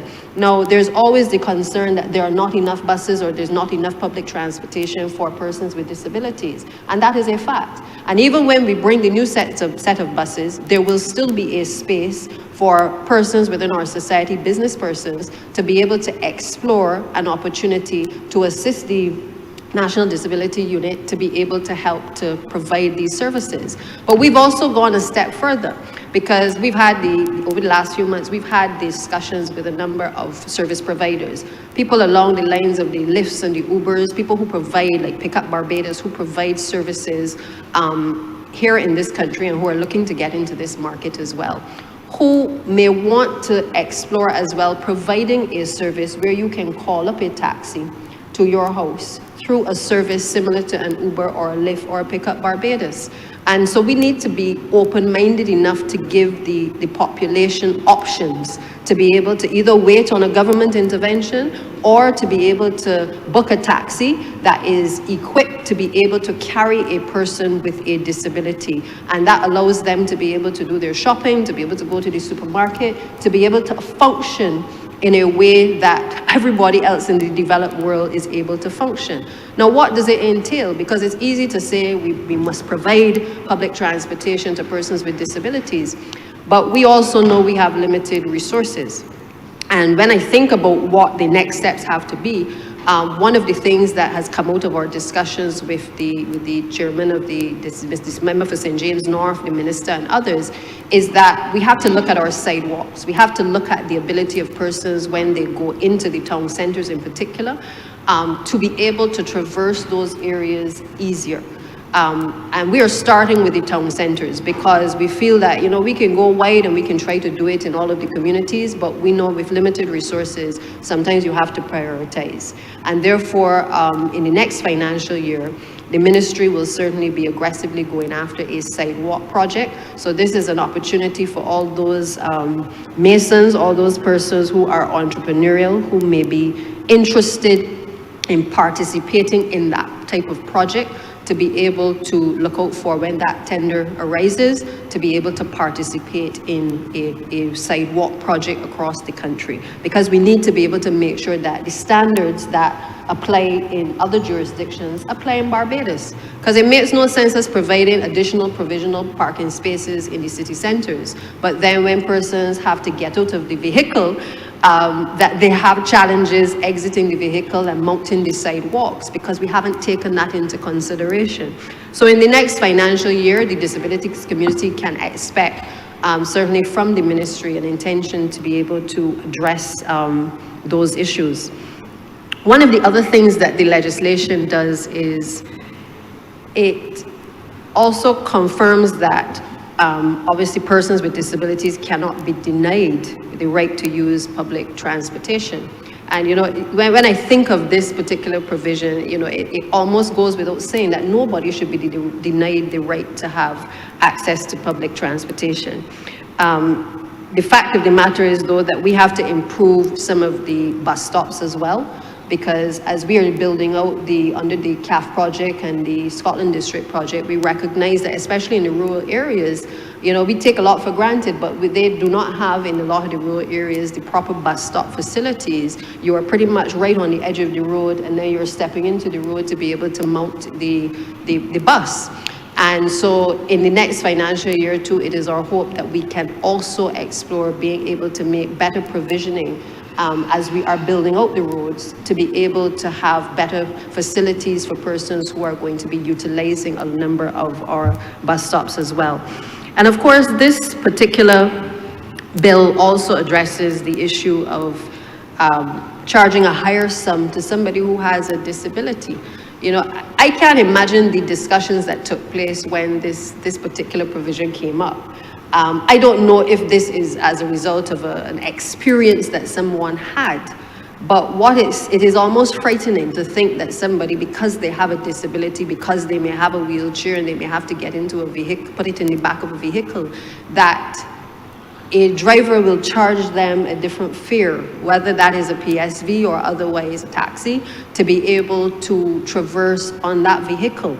But we have found it necessary, no doubt, because of the consultation, to address this as a concern, so that if there is any doubt in anyone's mind as to whether they should do it or they shouldn't do it, it is clearly stated here that that is not something that this government and certainly the people of Barbados would expect of persons to charge those individuals higher fares.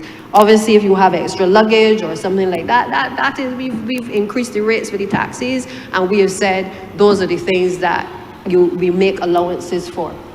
You make allowances in terms of discussions with the actual passengers. But to charge a person because they have a disability a higher amount of money, absolutely not. This bill also provides for a number of areas where it is clear that this administration recognizes that some money will have to spend in terms of making sure that we live up to the expectations of the disabled community. And in the area of education, obviously there's the educational aids that are going to have to be introduced and increased within the schools. I certainly am pleased to hear that Alma Paris is finally opening, and I look forward to finally being able to see the opening or having the first set of children being welcomed back there. It was a dire shame that that school closed and that there was no provision for some time for children who performed below a certain age, but also who had certain disabilities that required the necessary intervention. And we will have to spend some money to be able to play catch up, because we have lost in some cases an entire generation because of these delays. But we have started that process, and I know that the Honourable Minister and her team continue to try to find not only spaces for children who have disabilities in other institutions, private and otherwise, but I know that the focus is on creating or incentivizing rather, in private individuals to be able to take those children in. Certainly when I was minister, we opened up the whole bursaries portfolio to be able to allow children who had any form of special needs to be able to have us pay for them to be able to attend private institutions. And why? Because if we don't have the space in the public schools, if we don't have the capital to be able to inject to build out a school overnight, no child should be denied the opportunity to be able to attend an educational institution. And so we have had to put a lot into investing in making sure that our children are properly catered for. But Madam Deputy Speaker, there's one area that is still of concern to me. And I hope that as we go forward at the tertiary level, that we're able to hit the nail on the head. The schools like Ann Hill, Irving Wilson, they do an excellent job in catering to our children who have special needs. But when these children leave these institutions, we need to find a way to continue to engage them. And I say this because just up to this morning, one of the students that recently came out of the institution, the mother called and said, or messaged rather, and said, you know, I want to get my son doing something. And he's not the only one, or she's not the only mother that reaches out from time to time. They go through the system. We have to make sure as we're doing education transformation that we are creating an educational system that prepares them for the world, that we prepare them in terms of life skills, and that we prepare them in terms of whether they want to be entrepreneurs or whether they want to go into a workplace environment. But what we must ensure is that we follow these children because they are our most vulnerable children. And we need to be able to create an opportunity where they can spend longer in school, learning a trade, but maybe within the same facilities, being able to create some level of entrepreneurial activity where these children can be a part of. I know when I was minister, we had looked at the building, which is between the two premises of Irving Wilson and Ann Hill. I know that there was monies budgeted for it, and I would ask, obviously, that perhaps that be picked up again, unless there is maybe another location that could be found where a number of those children can continue their education, learning a skill. There was also improvements that we looked at making to the skills training component of the Irving Wilson School to ensure that children had the best tools to be able, and tools that are relevant to today in terms of technology, to be able to allow these children not to harm themselves, but to be able to survive and to be able to do things that certainly could benefit them and could make them a living. There were also things like the agricultural projects where many of the children who were not physically challenged could potentially, even if it's in and around the school plant, be in a position to grow crops and to be involved in agriculture. And I think we have to make a conscious effort now to be able to find and to create employment opportunities for a number of these young people who have disabilities, who have been being churned out of these institutions, but in some cases they are at home. Now, while this legislation, for the first time, obviously encourages the workplace environment across Barbados, the business sector, to take a different look at people with disabilities, we all know that, you know, the legislation also provides that they also have to look at their costs. And if the costs are too prohibitive, then it means that people will not be so compelled to make those changes. But at least the legislation provides the framework. And I suspect that because we have had such support on this bill, that the concessions and the incentives that now exist in the legislation, that I would urge the business sector to come forward with the proposals to be able to retrofit your spaces to ensure that you can take more persons with disabilities, that we don't have to impose a quota on anybody, but rather that the quota is almost imposed by them because they are encouraged to have more persons with disabilities in the working environment. And working environment doesn't mean that it is simply the physical environment, but many of our persons with disabilities can work from home. Many people, we saw it during COVID, and certainly it has continued today where people can continue to be engaged. They don't have to be in a physical workplace, but they can work on the computer, they can submit things via email, and they can continue to work and to function in daily life. I am happy as well that the consideration was given to the retrofitting of housing and accommodation, and that there is no forcing of the ministers and the agency to be able to look at the retrofitting of homes, whether it's leased premises or otherwise. But why I think this is important is that I certainly have been advocating, and the Honourable Minister is well aware of this, for the concessions to be provided to be able to allow persons, whether elderly, whether persons with disabilities, to be able to retrofit their homes. Speaking as one who has an 83-year-old that I look after, I can tell you, Madam Deputy Speaker, that without brick bars and in large spaces in the event that a wheelchair has to come through, and to make sure that the level of tables and chairs are such that an elderly person can feel comfortable, or that in a bathroom space that they can maneuver with a commode, or that they are able not to have to step over a step as is the old time way in many of our units and certainly many of the old accommodations, that these are things that we need a specific budget for. And I hope that in the next financial year that we can see those types of incentives for households generally to be able to do some retrofitting to allow for persons to remain in place within their homes, but also to be able to transform, as we speak so much about the elderly, to transform in particular our elderly disabled persons, but also persons generally with disabilities within the house environment.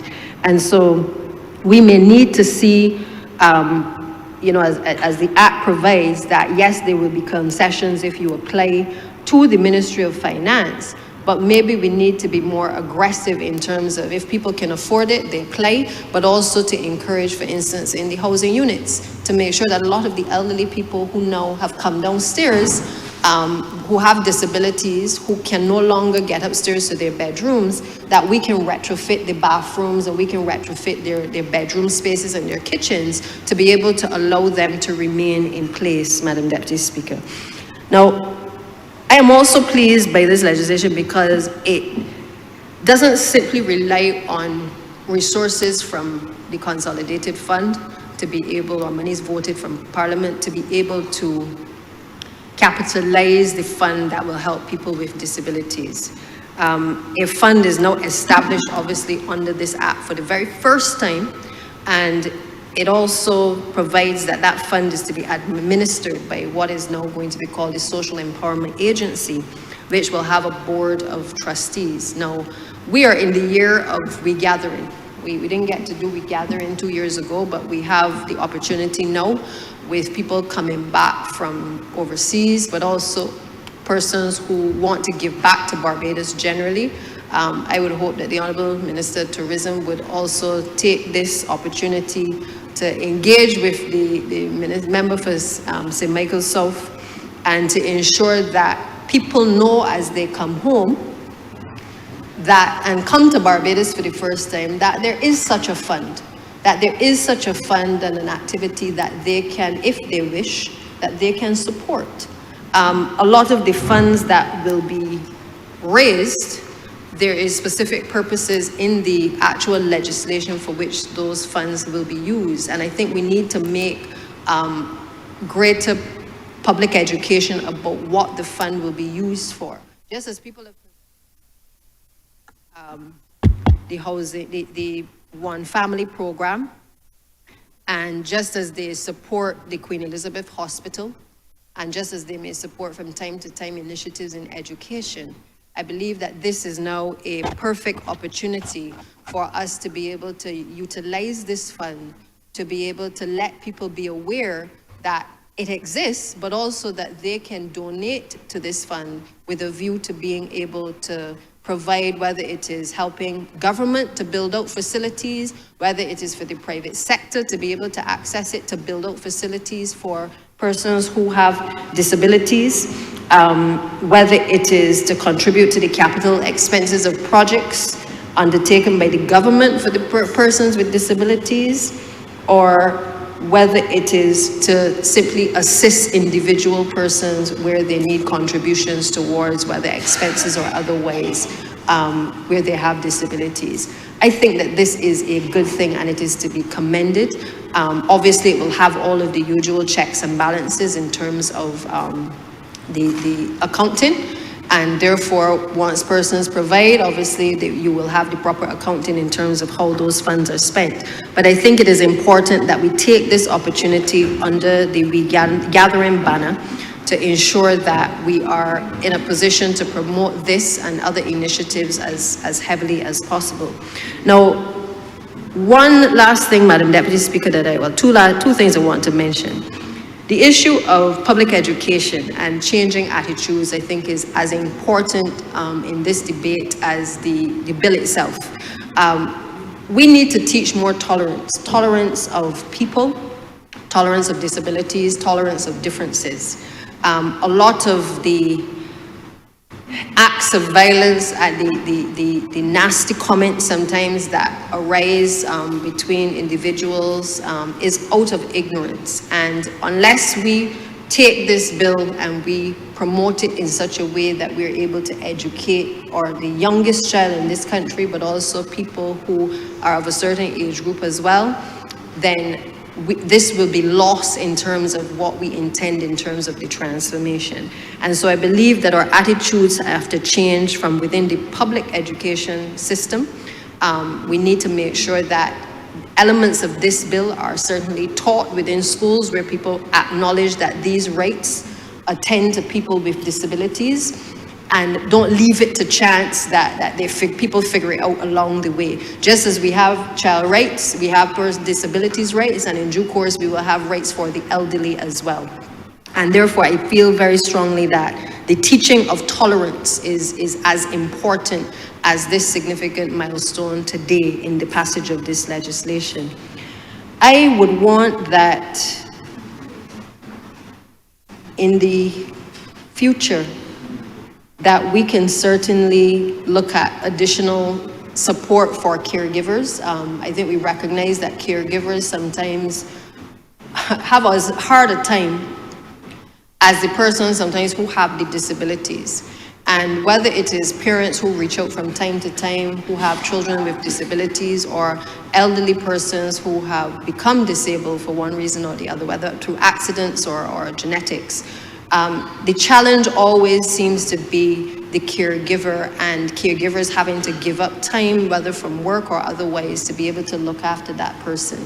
And I think that we need to pay greater attention to this, because I think we are losing a lot of productivity from our people as a result of people not having a structured way in which they can care for persons with disabilities. Many people need that outlet to be able to know that they can help that person for a few days of the week, but that they can get a break, whether it's somebody coming into the home or they're able to place the person, if they can, somewhere where they can be looked after. But again, the legislation creates an opportunity for people now to imagine and to reimagine a society where these types of opportunities could be created. Just as we think in terms of providing care for the elderly, equally, I think we have to look at providing care for persons with disabilities, as well as for caregivers to be able to have support system. Support, Madam Deputy Speaker, is critical in everything.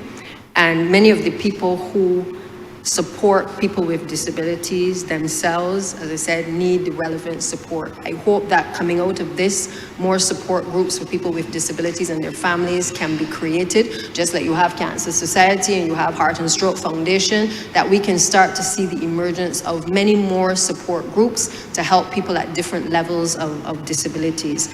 Perhaps the most recent disability that has been plaguing our country, though, is the one where I certainly encountered this quite a bit, and I'm sure some of my other colleagues do as well, which is where you have persons who have become disabled as a result of gun violence. And more we are seeing persons who, whether they were the intended victim or whether they were the unintended victim, succumbing to the gunshot wounds as a result of the gunplay, and they themselves having then punctured the lungs, the bullet has gone through the lungs. Sometimes I've had footballers who, they get shot in the foot and now they can no longer play football, but they also can no longer walk. And these are certainly the realities that I am living in terms of persons with disabilities within my community. It isn't just the elderly disabled, it isn't just the persons who are born physically challenged, it is not just people with special needs. But the other category that I am seeing becoming more and more commonplace are persons who are injured as a result of being unintended victims. And they themselves, you know, were in the wrong place at the wrong time and now have to live a life where they have a disability for which it was not intended. And I can only say, Madam Deputy Speaker, you know, in closing that, you know, any disability is a bad thing, but one that certainly comes as a result of gunplay and is unintended is something that we must continue to condemn. Those persons who engage in these activities, these violent activities in our communities. I'm sure those of you in this chamber are well aware that in the last few days I had an incident in my community in Golden Rock where individuals ran through the area with guns in a densely populated play park with elderly people, with people with disabilities, a place, a space that is supposed to be a safe space, a place which is recognized people who died senselessly, from the man to Gus to all the others that died senselessly because somebody picked up a gun and just started shooting and didn't care where the bullet would land. You know, it hurts me to know that we would have had elderly people, people with disabilities who were trying to run away and scamper, but couldn't get away from the space that was created to remind people that these persons lost their lives, but also to remind them of the fact that they have been also good people that have come from the community, that have done well from that community as well. And so, Madam Deputy Speaker, that I believe is another area that we need to look at. And since many of those persons, you don't find the person who oftentimes is the perpetrator of the bullet. So it means that the state then has to take up the responsibility for caring for those individuals who end up disabled. And I believe that we have to look very closely at how we care for those individuals and put certain systems in place to be able to facilitate their care and support for their families. Because in many cases, if those individuals cannot work, they're not able any longer to be able to look after their families. And so, Madam Deputy Speaker, we have now turned the corner in terms of how we view disabilities generally. As I said, I think the categories have now widened, and it is no longer the traditional way in which we may have viewed it, but equally this is a significant moment in this chamber, certainly, in the passage of this legislation. And again, I want to commend all that have worked on it, in particular CPC, the Attorney General, and others who have worked tirelessly to be able to get us to this point. And I certainly look forward to the rest of the transformation, social transformation that is taking place in this country through this particular ministry. You know, this government was criticized before for focusing too much on an economy. But based on the track record thus far, it is clear that we have come now to stand for more than an economy, but also to recognize Barbados as a society. And finding that balance is something many people don't understand, Madam Deputy Speaker. But I believe that we are striking the balance in trying to make sure that we include people and that our social programs allow people to engage in social mobility, to do better for themselves and to make life better for all Barbadians. With those few words, Madam Deputy Speaker, I'm obliged.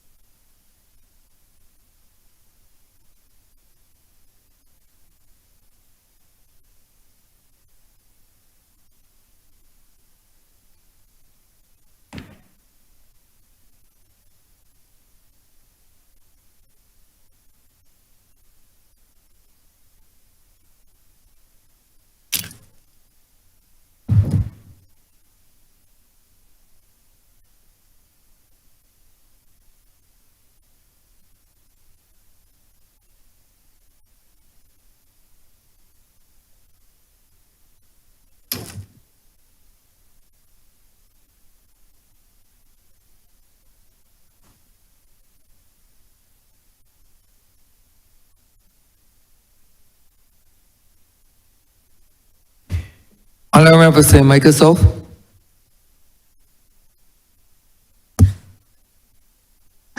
Thank you very much, Mr. Speaker, sir. I want to thank all of my colleagues who would have spoken on this bill and who would have lent their support to the clauses that are in the bill, sir, and what these clauses, soon to be sections, are intended to do. I also would wish to acknowledge and to thank the Leader of the Opposition for his support of the bill as well. I think it has been the standard of this place and this country that on matters of this importance, normally we rise above political divide. Mr. Speaker, sir, there are just very few things I would wish to say. We've had a long day. But the truth is, it is a good and fitting thing that this is really the first bill that we are debating for the year 2025. And it speaks to a number of things. I think it speaks to our commitment to the community of persons with disabilities. But I think as a government, it also speaks to our commitment to the social sector.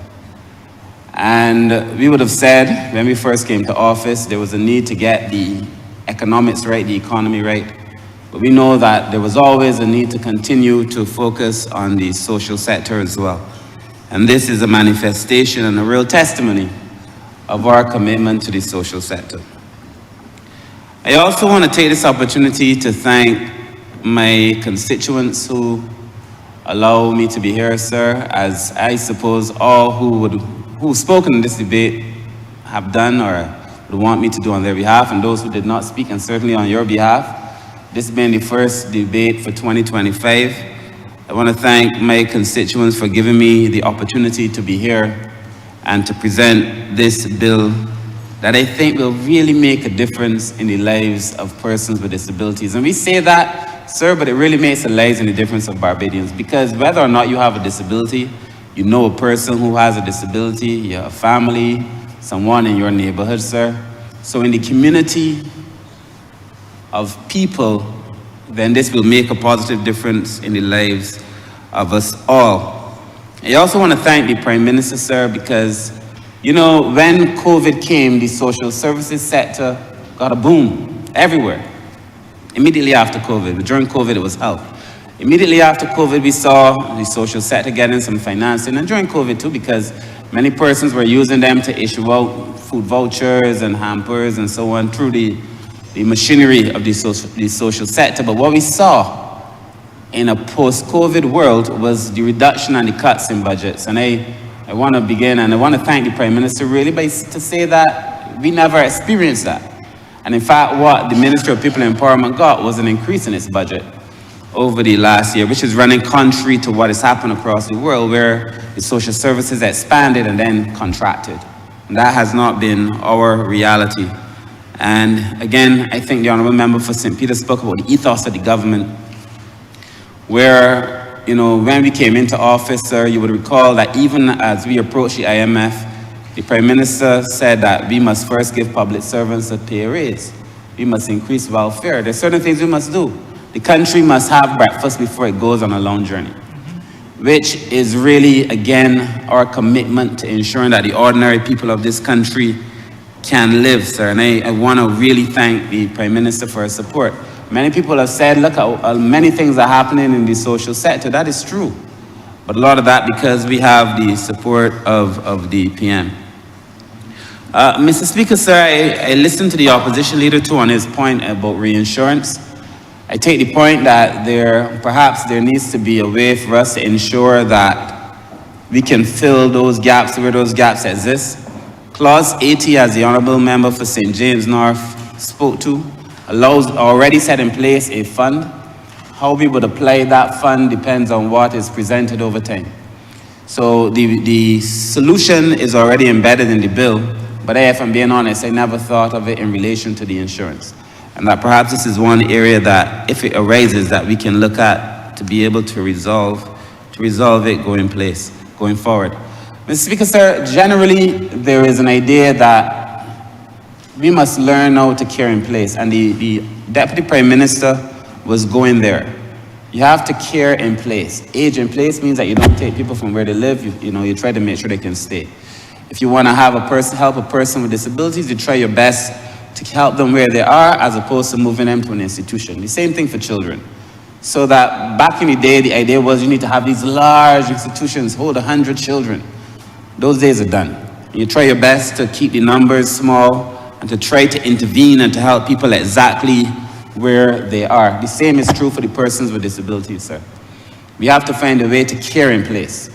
So that part of that would mean, instead of institutionalization, we have to have more daycare, sir. I am convinced that daycares across Barbados, sir, for persons with disabilities, for the elderly, is going to be extremely important because it allows families to go to work on a normal day and come home at the end of the day and pick up their elderly person or a person with a disability, sir, and resume normal living, so that everybody benefits from it. So I believe that that is integral to a caring in place philosophy. And then lastly, Mr. Speaker, sir, we spoke of in this place about the work we did with the community of persons with disabilities. Everything in this bill was driven by the community. Everything. It was driven by the conversations. It was driven by their desires. I'm on record as saying that in social policy, sir, it is about understanding how needs are met, how problems are managed, and opportunities for advancement. These three things. How needs are met, how problems are managed, and what opportunities for advancement. And this bill addresses all three, which means it will be an integral part to a social policy or social development framework as we go forward. So, but the concept has always been nothing about us without us. And, there are some who believe that it shouldn't be nothing about us without us. It should simply be nothing without us. Because it suggests almost inherently that only the issues that pertain to persons directly on disabilities are the issues that pertain to people with disabilities. And the bigger point is that if we are talking about childcare, let's have a conversation with persons with disabilities. If we're talking about transportation, if we're talking about education, in all of its various components, that we include persons with disabilities. So nothing about us without us, yes, but generally nothing without us. If we get that right, sir, we begin the real, true progress and process to progress in terms of inclusion. Mr. Speaker, sir. And I want to close by repeating the numbers that were just shared by the Honourable Member for St. Peter, because this is so vitally important.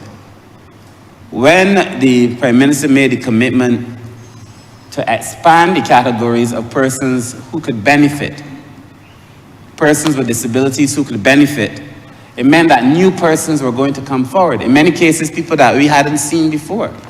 And the Honourable Member for St. Peter has explained to the Cabinet, to the Parliament, that in December this year, there were 653 persons who came forward in the categories that we included, sir, over the last 3 months. Between October, November, and December, there are now 653 persons who are benefiting from the government's policy, sir, to expand the categories of persons at the national insurance.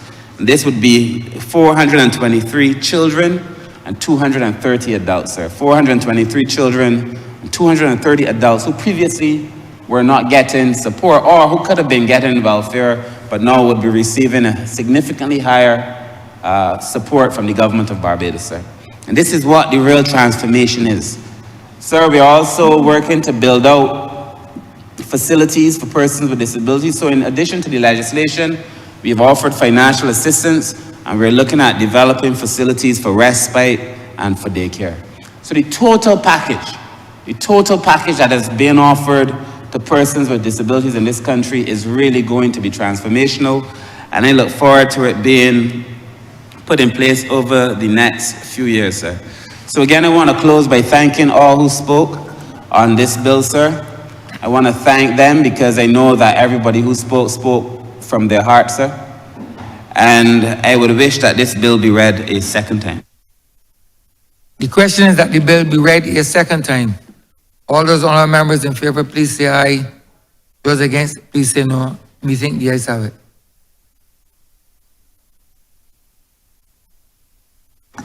Sorry, Mr. Speaker, I beg that you do not leave the chair and that this House resolve itself into committee for further consideration of this bill. Question is that the Speaker do not leave the chair and the House resolve itself into committee for further consideration of this bill. All those honourable members in favor, please say aye. Those against, please say no. We think the ayes have it.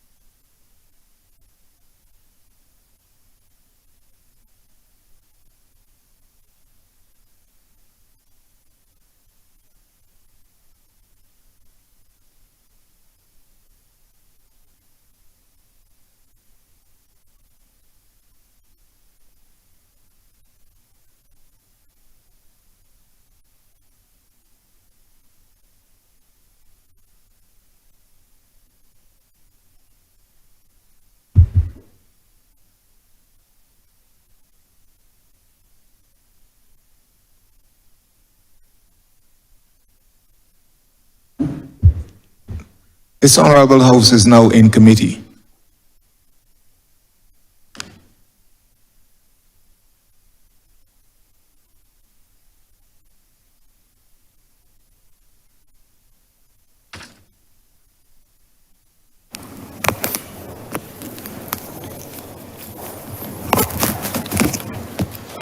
Mr. Chairman, permission to call the bill in parts and clauses. Permission granted. Part 1, clauses 1 through 4. Mr. Chairman, I wish to make a small amendment to clause 1, where it says this act may be cited as the Rights of Persons with Disabilities Act 2024. I wish to change 2024 to 2025. And move that the clauses 1 to 4 be as amended, pass as amended. Stand part as amended. The question is that Part 1, clauses 1 to 4 as amended, stand part. All honorable members in favor, say aye. Honorable members against, say no. I think the ayes have it. Part 2, clauses 5 to 12. Mr. Chairman, I beg to move that clauses 5 to 12 stand part. Part 2, clauses 5 to 12 stand part. Question is that Part 2, clauses 5 to 12 stand part. All honorable members in favor, say aye. Honorable members against, say no. Methinks the ayes have it. And members, you need to second the clauses. Part 3, clauses 13 to 20. 13 to 20. Mr. Chairman, I beg to move that Part 3, clauses 13 to 20 stand part. The question is that Part 3, clauses 13 to 20 stand part. All honorable members in favor, say aye. Honorable members against, say no. Methinks the ayes have it. Part 4, clauses 21 to 26. Mr. Chairman, I beg to move that Part 4, clauses 21 to 26 stand part. The question is that Part 4, clauses 21 to 26 stand part. All honorable members in favor, say aye. Honorable members against, say no. Methinks the ayes have it. Part 5, clauses 27 to 34. Mr. Chairman, I beg to move that Part 5, clauses 27 to 34 stand part. The question is, Part 5, clauses 27 to 34 stand part. All honorable members in favor, say aye. Honorable members against, say no. Methinks the ayes have it. Part 6, clauses 35 to 46. Mr. Chairman, I beg to move that Part 6, clauses 35 to 46 stand part. The question is that Part 6, clauses 35 to 46 stand part. All honorable members in favor, say aye. Honorable members against, say no. Methinks the ayes have it.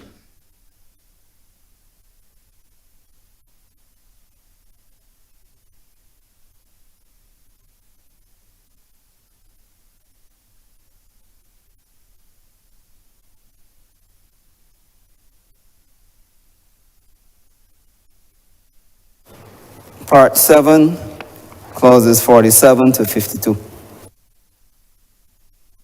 Mr. Chairman, I beg to move that Part 7, clauses 47 to 52 stand part. The question is that Part 7, clauses 47 to 52 stand part. All honorable members in favor, say aye. Honorable members against, say no. Methinks the ayes have it. Part 8, clauses 53 to 55. Mr. Chairman, I beg to move that Part 8, clauses 53 to 55 stand part. The question is that Part 8, clauses 53 to 55 stand part. All honorable members in favor, say aye. Honorable members against, say no. Methinks the ayes have it. Part 9, clauses 56 to 61. Mr. Chairman, I beg to move that Part 9, clauses 56 to 61 stand part. The question is that Part 9, clauses 56 to 61 stand part. All honorable members in favor, say aye. Honorable members against, say no. Methinks the ayes have it. Part 10, clauses 62 to 66.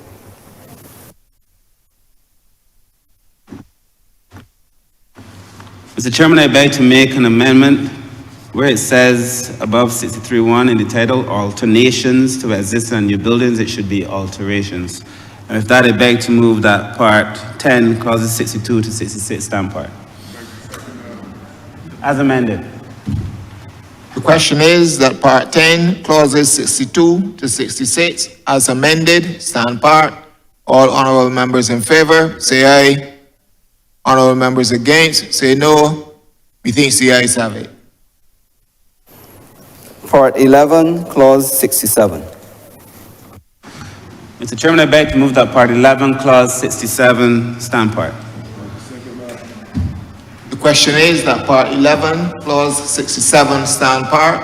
All honorable members in favor, say aye. Aye. Honorable members against, say no. Methinks the ayes have it. Part 12, Clauses 68 to 72. Mr. Chairman, I beg to move that Part 12, clauses 68 to 72 stand part.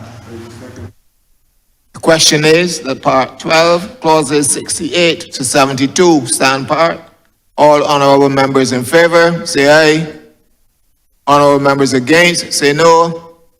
Methinks the ayes have it. Part 13, Clauses 73 to 75. Mr. Chairman, I beg to move that Part 13, clauses 73 to 75 stand part. The question is that Part 13, clauses 73 to 75 stand part. All honorable members in favor, say aye. Honorable members against, say no. Methinks the ayes have it. Part 14, Clauses 76 to 82. Mr. Chairman, I beg to move that Part 14, clauses 76 to 82 stand part. The question is that Part 14, clauses 76 to 82 stand part. All honorable members in favor, say aye. Honorable members against, say no. Methinks the ayes have it. Part 15, Clauses 83 to 84. Mr. Chairman, I beg to move that Part 15, clauses 83 to 84 stand part. The question is that Part 15, clauses 83 to 84 stand part. All honorable members in favor, say aye. Honorable members against, say no.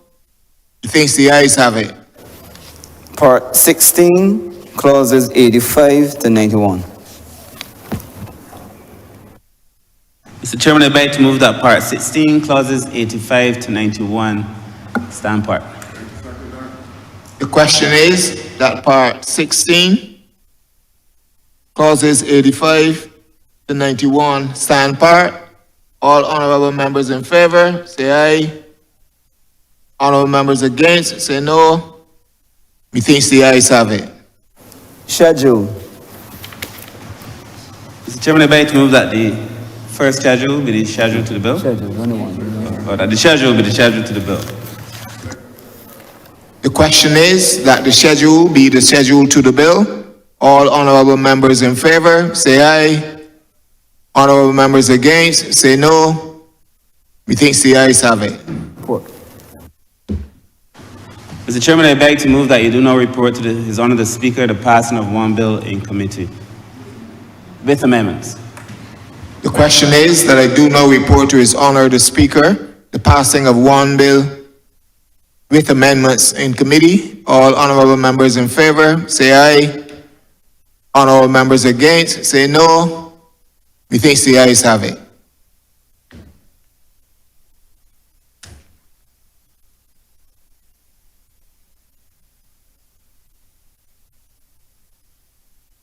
Chairman of committees has reported the passing of one bill with amendment in committee. Honourable Member St. Michael South. Mr. Speaker, I beg to move that this bill be read a third time. Question that this bill be read a third time. All those honourable members in favor, please say aye. Those against, please say no. We think the ayes have it. Mr. Speaker, I beg to move that this bill be now passed and be cited as the Right of Persons with Disabilities Act 2025. Question is that this bill be passed and so cited. All those honourable members in favor, please say aye. Those against, please say no. We think the ayes have it. This bill is passed and so cited.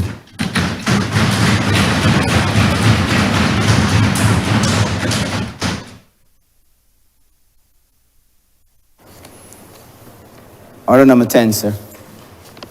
In the name of the Honourable Minister of Transport and Works, to move the second reading of the Road Traffic Amendment Bill 2025. Honourable Leader of Government Business.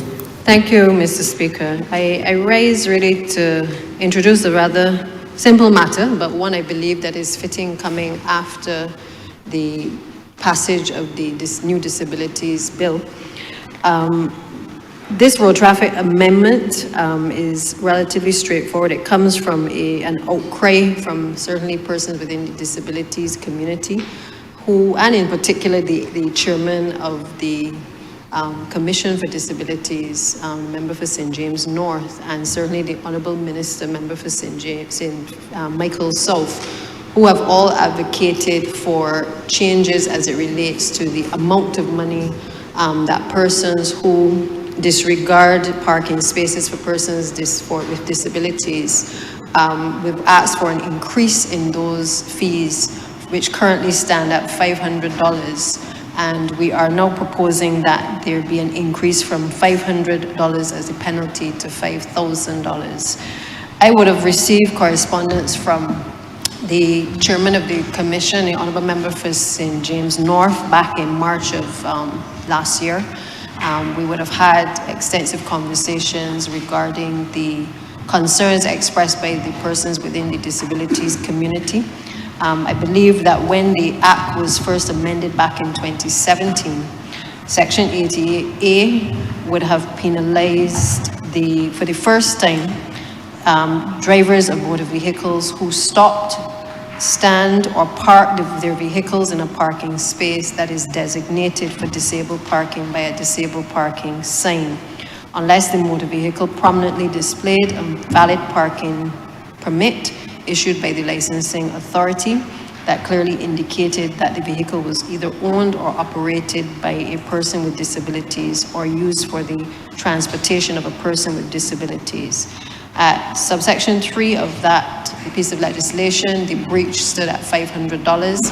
As I stated earlier, the challenge has been that we have seen a number of drivers in Barbados completely disregard the fact that there is either a vehicle which is bearing a sticker of persons who have shown that they are disabled, and they have also disregarded as well the disabled signs that are clearly demarcated in a number of these spaces. And we feel very strongly that in keeping with the spirit of what we have done today in terms of transformation, that this piece of legislation in terms of increasing the level of the fine from $500 to $5,000 will send a very clear message to the general public and to those who have been repeat offenders of this particular act, that we are indeed very serious about making sure that those spaces for persons with disabilities are respected and indeed protected.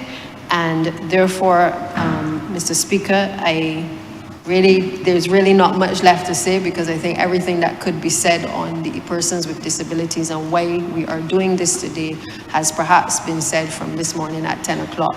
And therefore, with those few words, I therefore beg to move that this bill do not pass. Second time.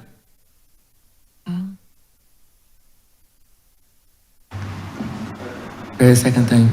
You got the bill? Do not pass. We read a second time. I'd like to move that the bill be read a second time. Yes, we can. The question is that this bill be read a second time. All those honourable members in favour, please say aye. Those against, please say no. We think the ayes have it. Mr. Speaker, I beg to move that you do not leave the chair and that the House resolve itself for further consideration of the bill. The question is that the Speaker do not leave the chair and the House resolve itself into committee for further consideration of this bill. All those honourable members in favour, please say aye. Those against, please say no. We think the ayes have it.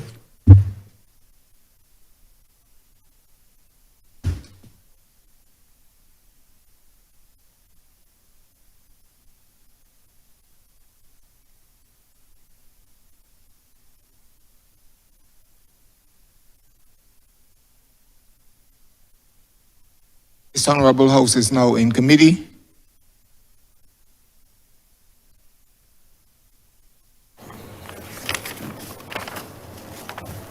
Clause 1. Chair, I beg to move that Clause 1 be amended to read the Road Traffic Amendment Act 2025. Beg that this do now stand part. Clause 1 as amended do now stand part. Second that, sir. The question is that clause 1 as amended stand part. All honorable members in favor, say aye. Honorable members against, say no. You think the ayes have it? Clause 2. Mr. Chairman, I beg to move that Clause 2 do stand part. Second that, sir. The question is that clause 2 stand part. All honorable members in favor, say aye. Honorable members against, say no. You think the ayes have it?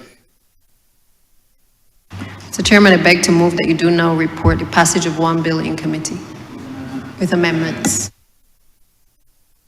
That I do now report to His Honor the Speaker the passing of one bill in committee as amended. All honorable members in favor, please say aye. Honorable members against, say no.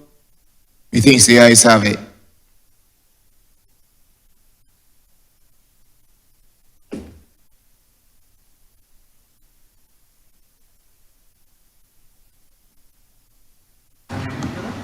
Mr. Speaker, I beg to move that this bill be read a third time. The question is that the bill read a third time. All those honorable members in favor, please say aye.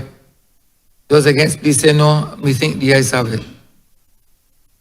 Mr. Speaker, I beg to move that this bill be now passed and cited as the Road Traffic Amendment Act 2025. The question is that this bill be passed and so cited.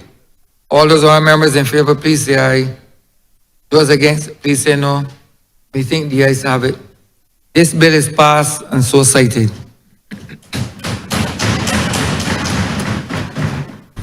Honorable Leader, government business. Thank you, Mr. Speaker. With that, we've come to the end of today's sitting, and I therefore beg to, reverting to government notices. Sir, we committal the government notices. Honorable Leader, government business.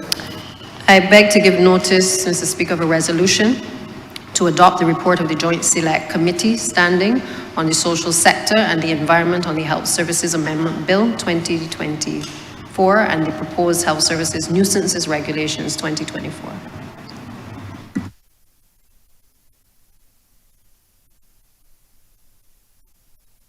Honorable Leader, government business. With that, Mr. Speaker, we've come to the end of today's sitting, and I therefore beg to move the adjournment of the House until Friday, the 17th of February at 10 a.m. 17th of January at 10 a.m. Y'all too happy? The question is that this honorable chamber be adjourned until the 17th day of January 2025. 17th day of January 2025 at 10 a.m. in the forenoon. All those honorable members in favor, please say aye. Those against, please say no. We think the ayes have it. This honorable chamber stands adjourned until the 17th day of January 2025 at 10 a.m. in the forenoon.